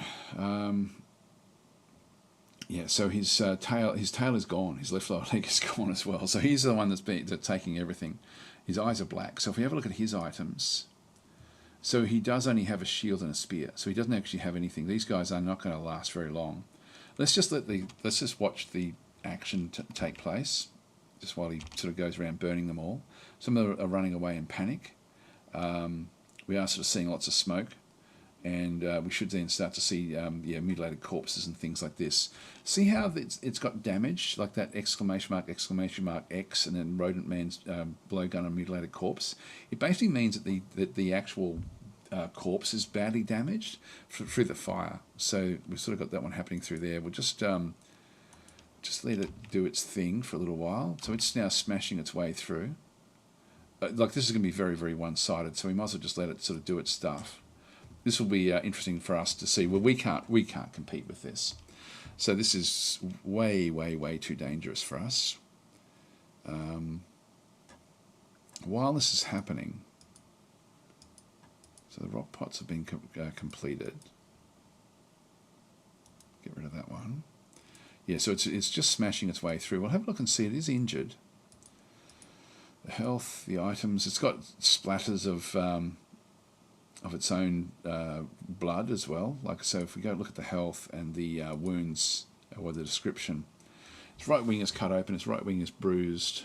Left wing is cut open. So it is taking it. Its head is cut open. Its throat is torn open. So they are doing some damage, but it's going to be extremely difficult. Like these blowgunners and stuff. There's a lot of them, of these rodents. What's this guy?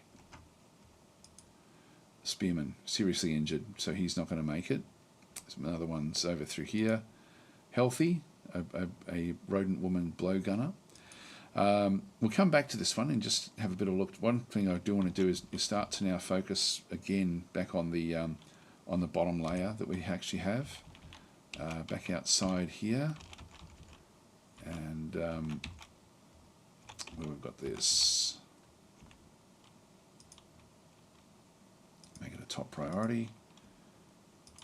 Make that a top priority.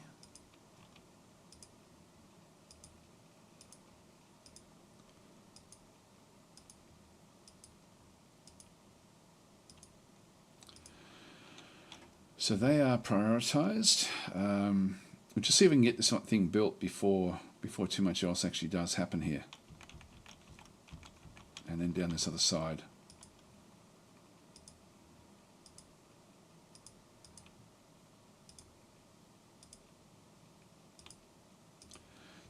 The Forgotten Beast has got a few things it does need to go and address. Make that all top priority. There we are. So just go back across to the 8 hostiles again. There's the Forgotten Beast that we've captured. Their guys are outside now. The snow is now melted, and we'll just watch this guy. So it's still coming through now. I don't know if it's going to burn. Sometimes they can actually hurt themselves in the fire. So if we look at the health again, just look at the description. No, it's immune to fire, which of course makes sense. Look at the flames go. Still burning away. It's now got. It is now bleeding. It is injured. Let's have a look and see. Its body is cut open. Body is dripping its own blood. It's dented. The body is melted. Oh, here we go.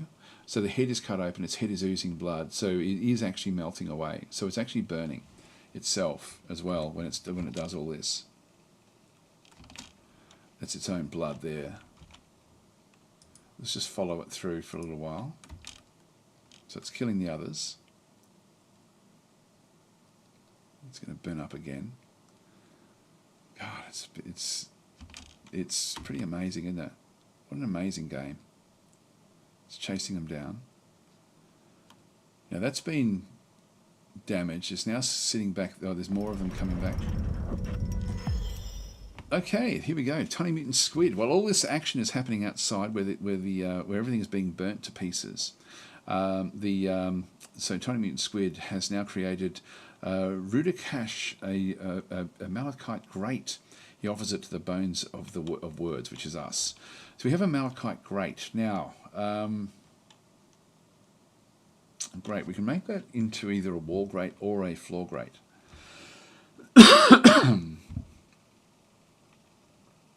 You know, I think we might erect that one somewhere else. We'll just pause that for a second and come back to this in just a minute.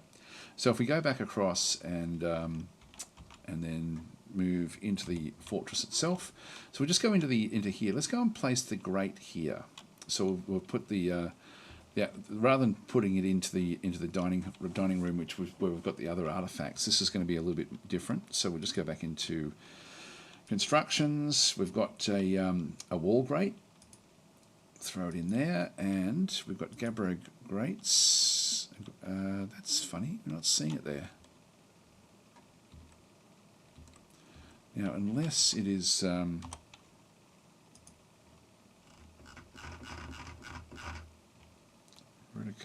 yeah, somebody's already claimed it.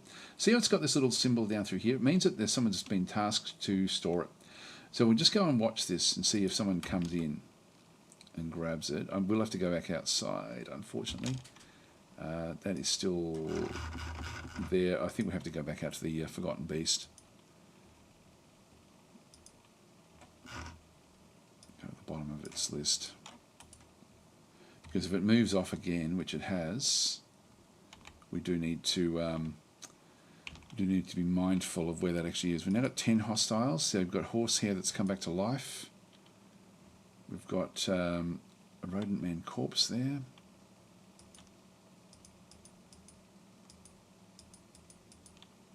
This thing is now heading south. When it starts to go up to the next level is when I'm going to need to address this. So it's still chasing down the rodents. It's now coming down to kill the other rodents. Now it's going through... Oh, it's now underwater.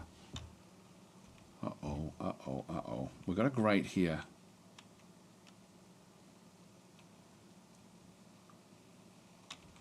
What's it going to do? Swimming.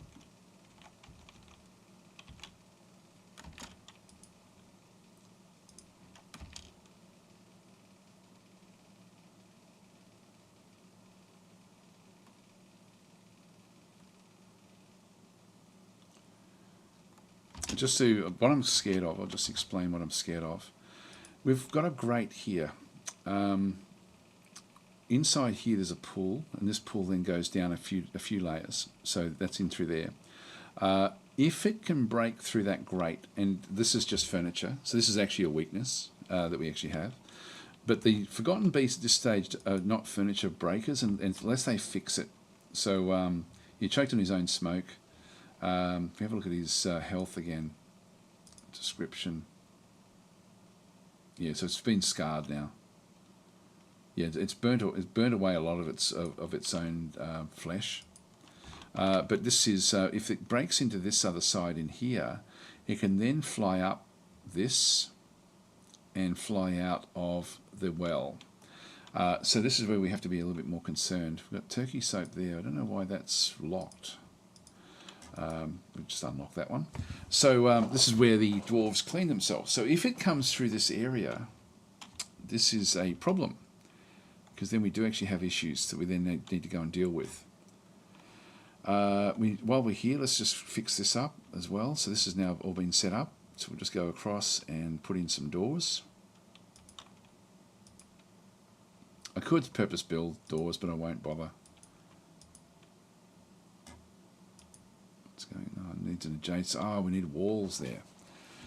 I thought I could do it with bars, but it can't.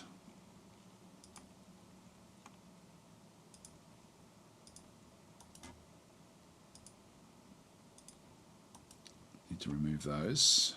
Okay, we'll have to come back for that. Well,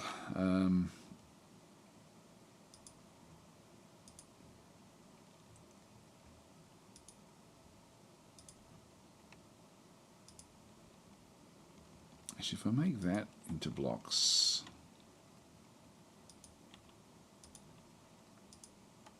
yeah, we'll just sort of structure it this way. Actually, I'll keep those where they are. Cancel removal of that one. Cancel removal of that one as well. And we'll put the doors there around the blocks. So I'm not sure if I need to put a block there. I'll figure this one out when we get there, I guess. So we'll actually remove those.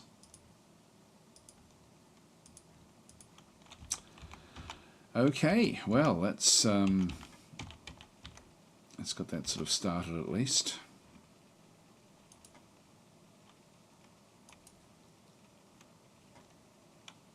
Malachite grate. Let's just see if we can find that malachite grate again. So if I just go Control G, artifacts, still there.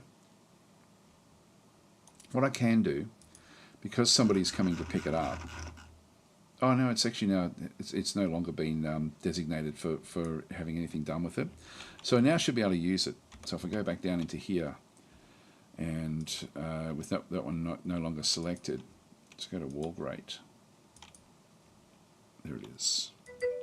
So we'll just go and do that one. And so that will then be placed there and make everyone feel happy when they walk around it. So thanks for the subscription there, Ninja Abuse. Very much appreciated. So that is now done. This has worked pretty well, I think.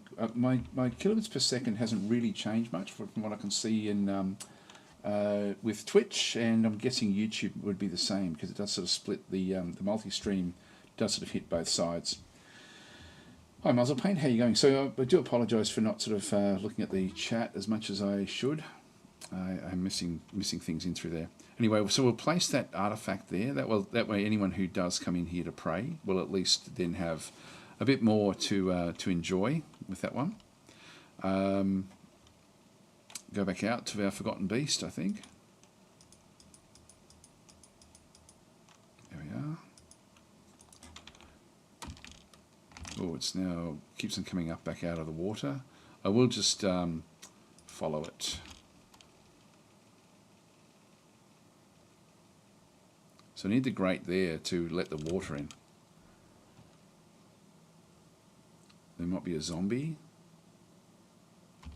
Yeah. So it's now hitting a zombie. There'll be a zombie rodent person there.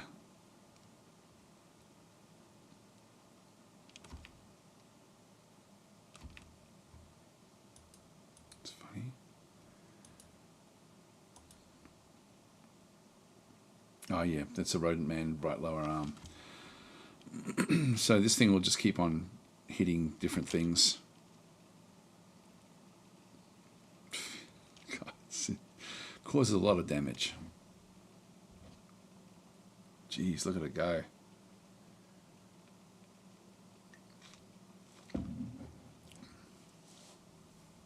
There may not be a way down to the next layer. We have other things going on. Throwing a tantrum. So this is Sev again. Alright, we need to fix this. We need to fix this because we can't have him going around smacking everyone. Someone's going to get hurt. Including him. We're going to need to put blocks in here. So we'll just go across and just start to build this up now. So constructions, walls. And we'll do a... I might do copper bars, I guess. I mean, you can make a copper wall, I guess. Let's do that. Do the same in here. And I'll place one here as well.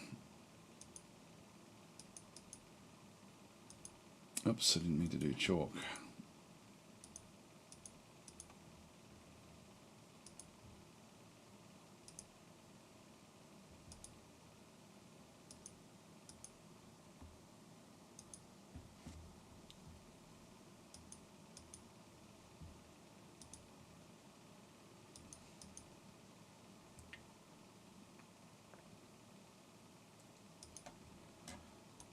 This can be removed as well. Okay, so we'll get those done. What we'll do is we'll put a restraint in here. So this will be under cages and restraints. A rope or chain in the middle.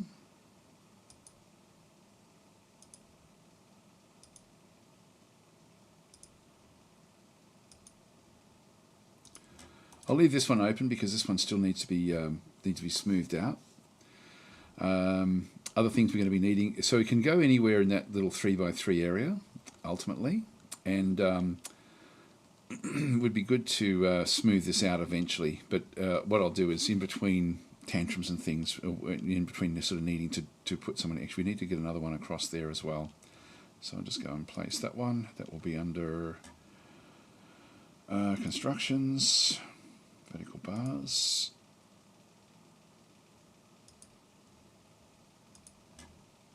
Okay, that'll be good. And then the doors will ultimately then sort of, where we sort of then place these as well. So, and then we just, once we've got the restraint, we're going to need a table and chair, a bed, and some other bits and pieces in through here as well. So we'll just go and place the bed in there. So furniture. Bed. We'll start off in this one here. Place it in the corner, I guess. I'll just place one. I'll just get one area set up.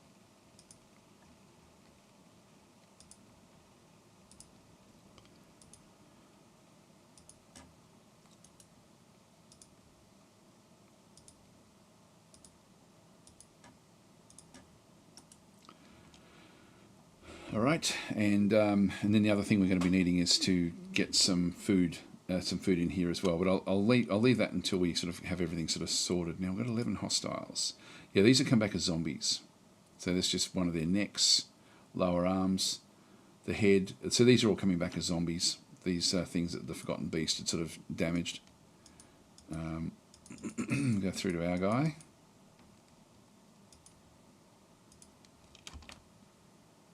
It's all growing out back nice and fast. He's now healthy again. He's not going after the zombies. I thought he would have.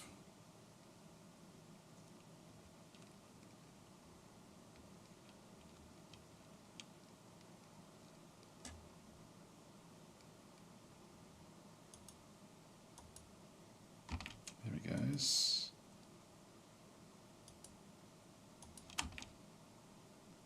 Yep, so destroy those.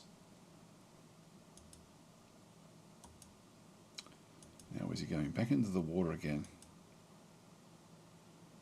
There's more rodents below. He's finding more zombies to kill. He does like it in that water.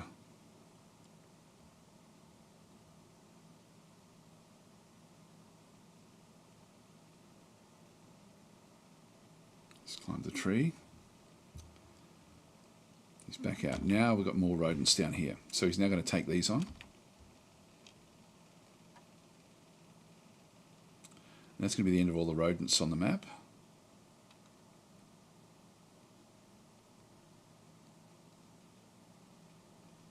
But they will come back to life as well.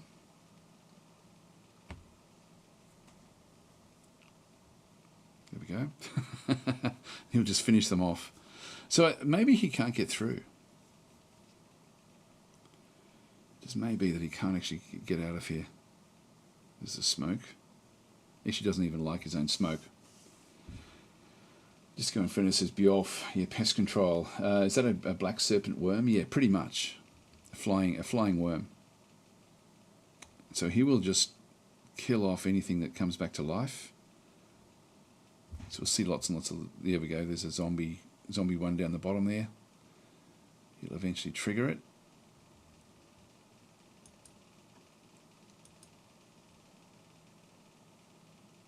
Oh, now Sev. Where's Sev? What's he doing out here? Good old Sev. He's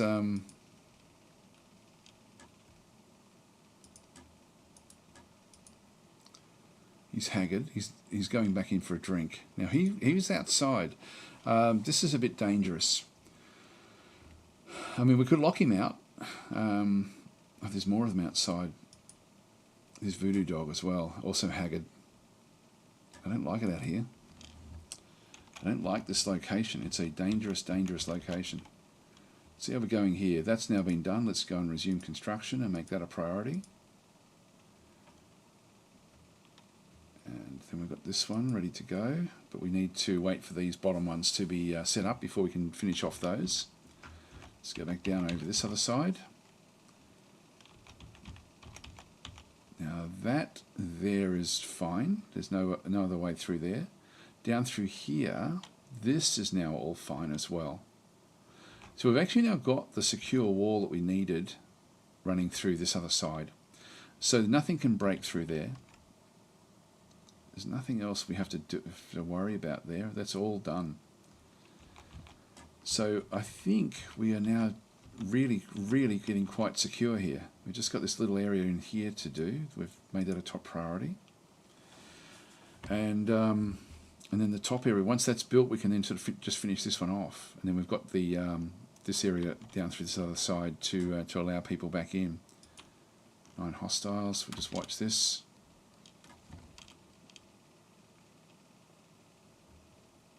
This is someone's rodent neck. Comes another one back to life. Come on, wake up, guy. Here we are. Nalak is the name. What does it all mean? Nagak, grieve beguiles, the harsh haunt of fear.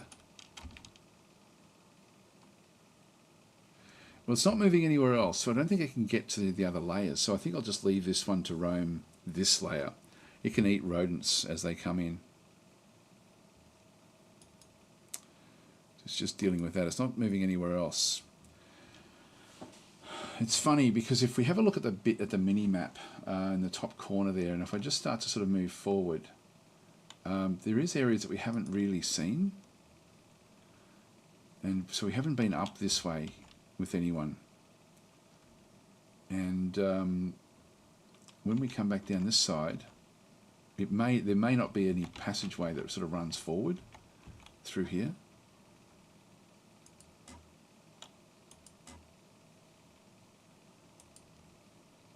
Yeah, there's fist fights and things going on. So I sort of feel like there would be up this way, but we're not. We've actually explored this, and we can't see anything else on this layer. There we go. We're now into early summer. It's funny. We really have not had anyone come to the actual fortress. So I think we're sort of stuck with the group that we have now. I think we're sort of like the last remnant, sort of holding on. Now, we'll have to get going fairly soon, guys, so I think I'll start to wind up. It looks like we're secure in terms of the 2 different cavern layers, and there's no way as well for the others to get through. So it's now summer. That is a problem.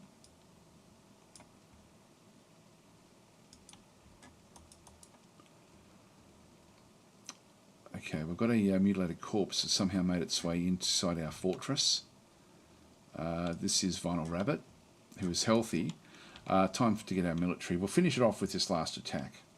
So, guys, your mission is to get this one confirmed. So they're going to now kill this particular beast. Everyone else is out there trying to... This is the entry into the fortress. There we go. Done. That was nice and quickly done. So we've got... this was Klingzog again, potentially. Yeah, bashes the corpse in the head. So Klingzog's got a lot of kills. There's Began there. Began got there at that time.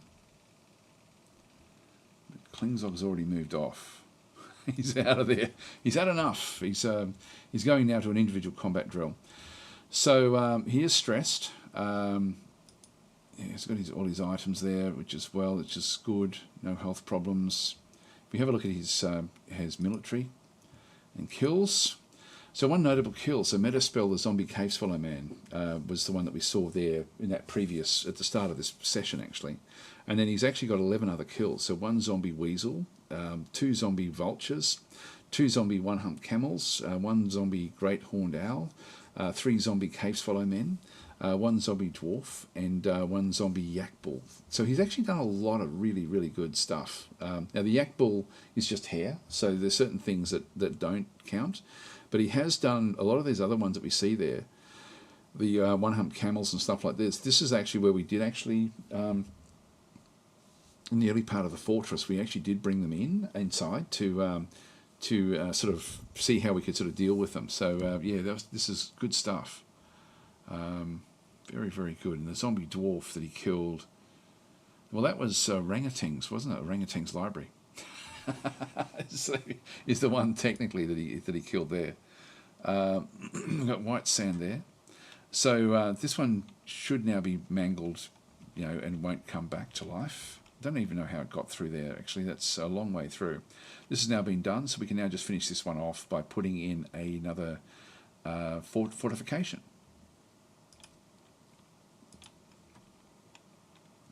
So with the fortifications, you want to be 2 layers up. Yeah, we'll just make them out of limestone blocks. So at 2 layers up, what it then does is it allows it so that if it's only 1 layer up, the others can actually be right down below and fire straight in. But at 2 layers up, you've got the advantage. So it sort of that makes a big difference. Leave them where they are.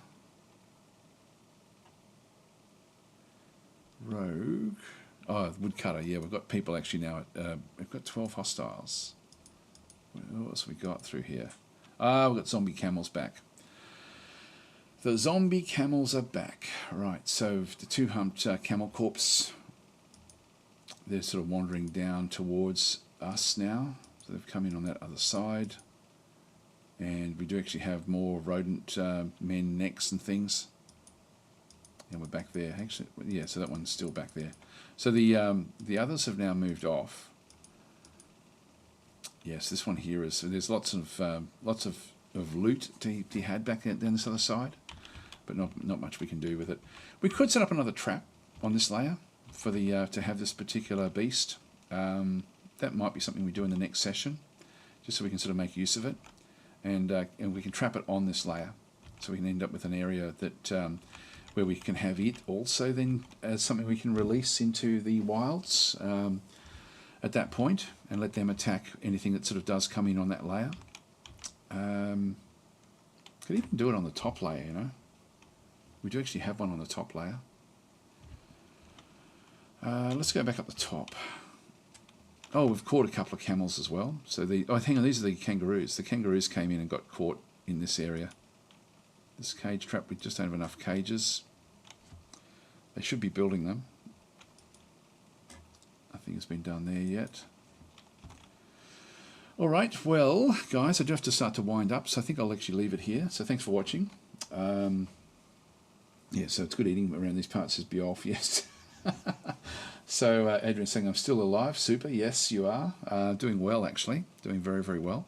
You can see once we start to, well, this is now thawed as well, but we now have roofs above. Still got the vomit.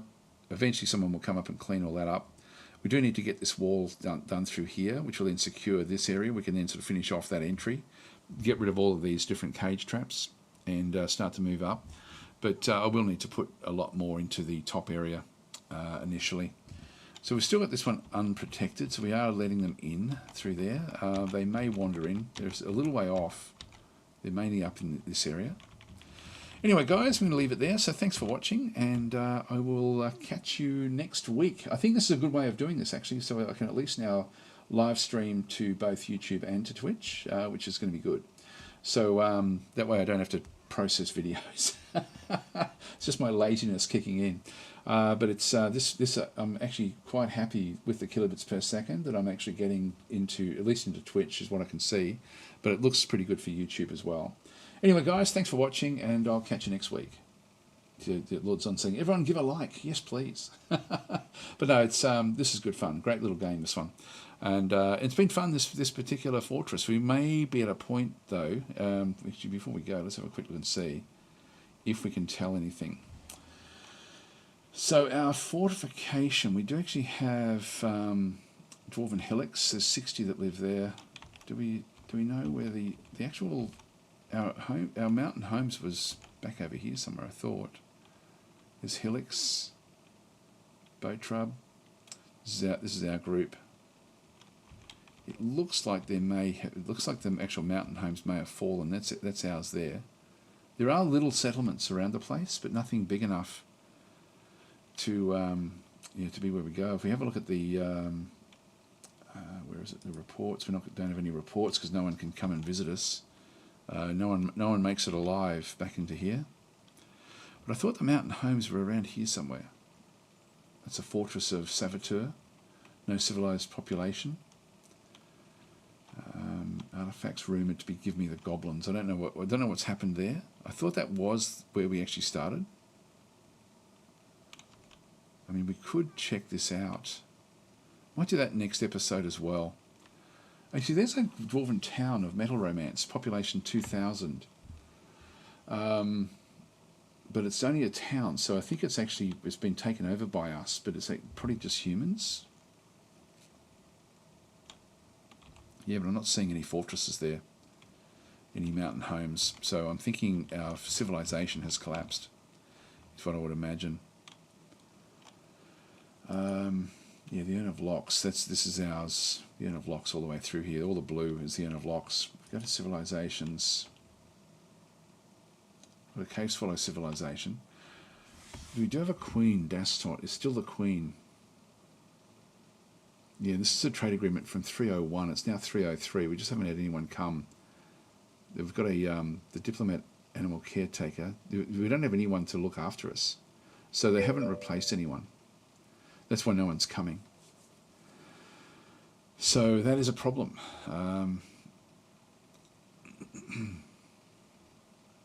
Yeah, so then the Akral Muzish is actually us, so that doesn't help us.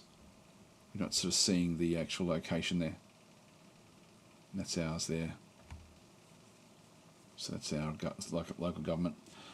So maybe no migrants, as no traders actually got away. Maybe. But also we don't actually have a liaison. Like when we actually have a look at this group, normally the bottom one will be a liaison. So Vukar, I don't think is going to help us.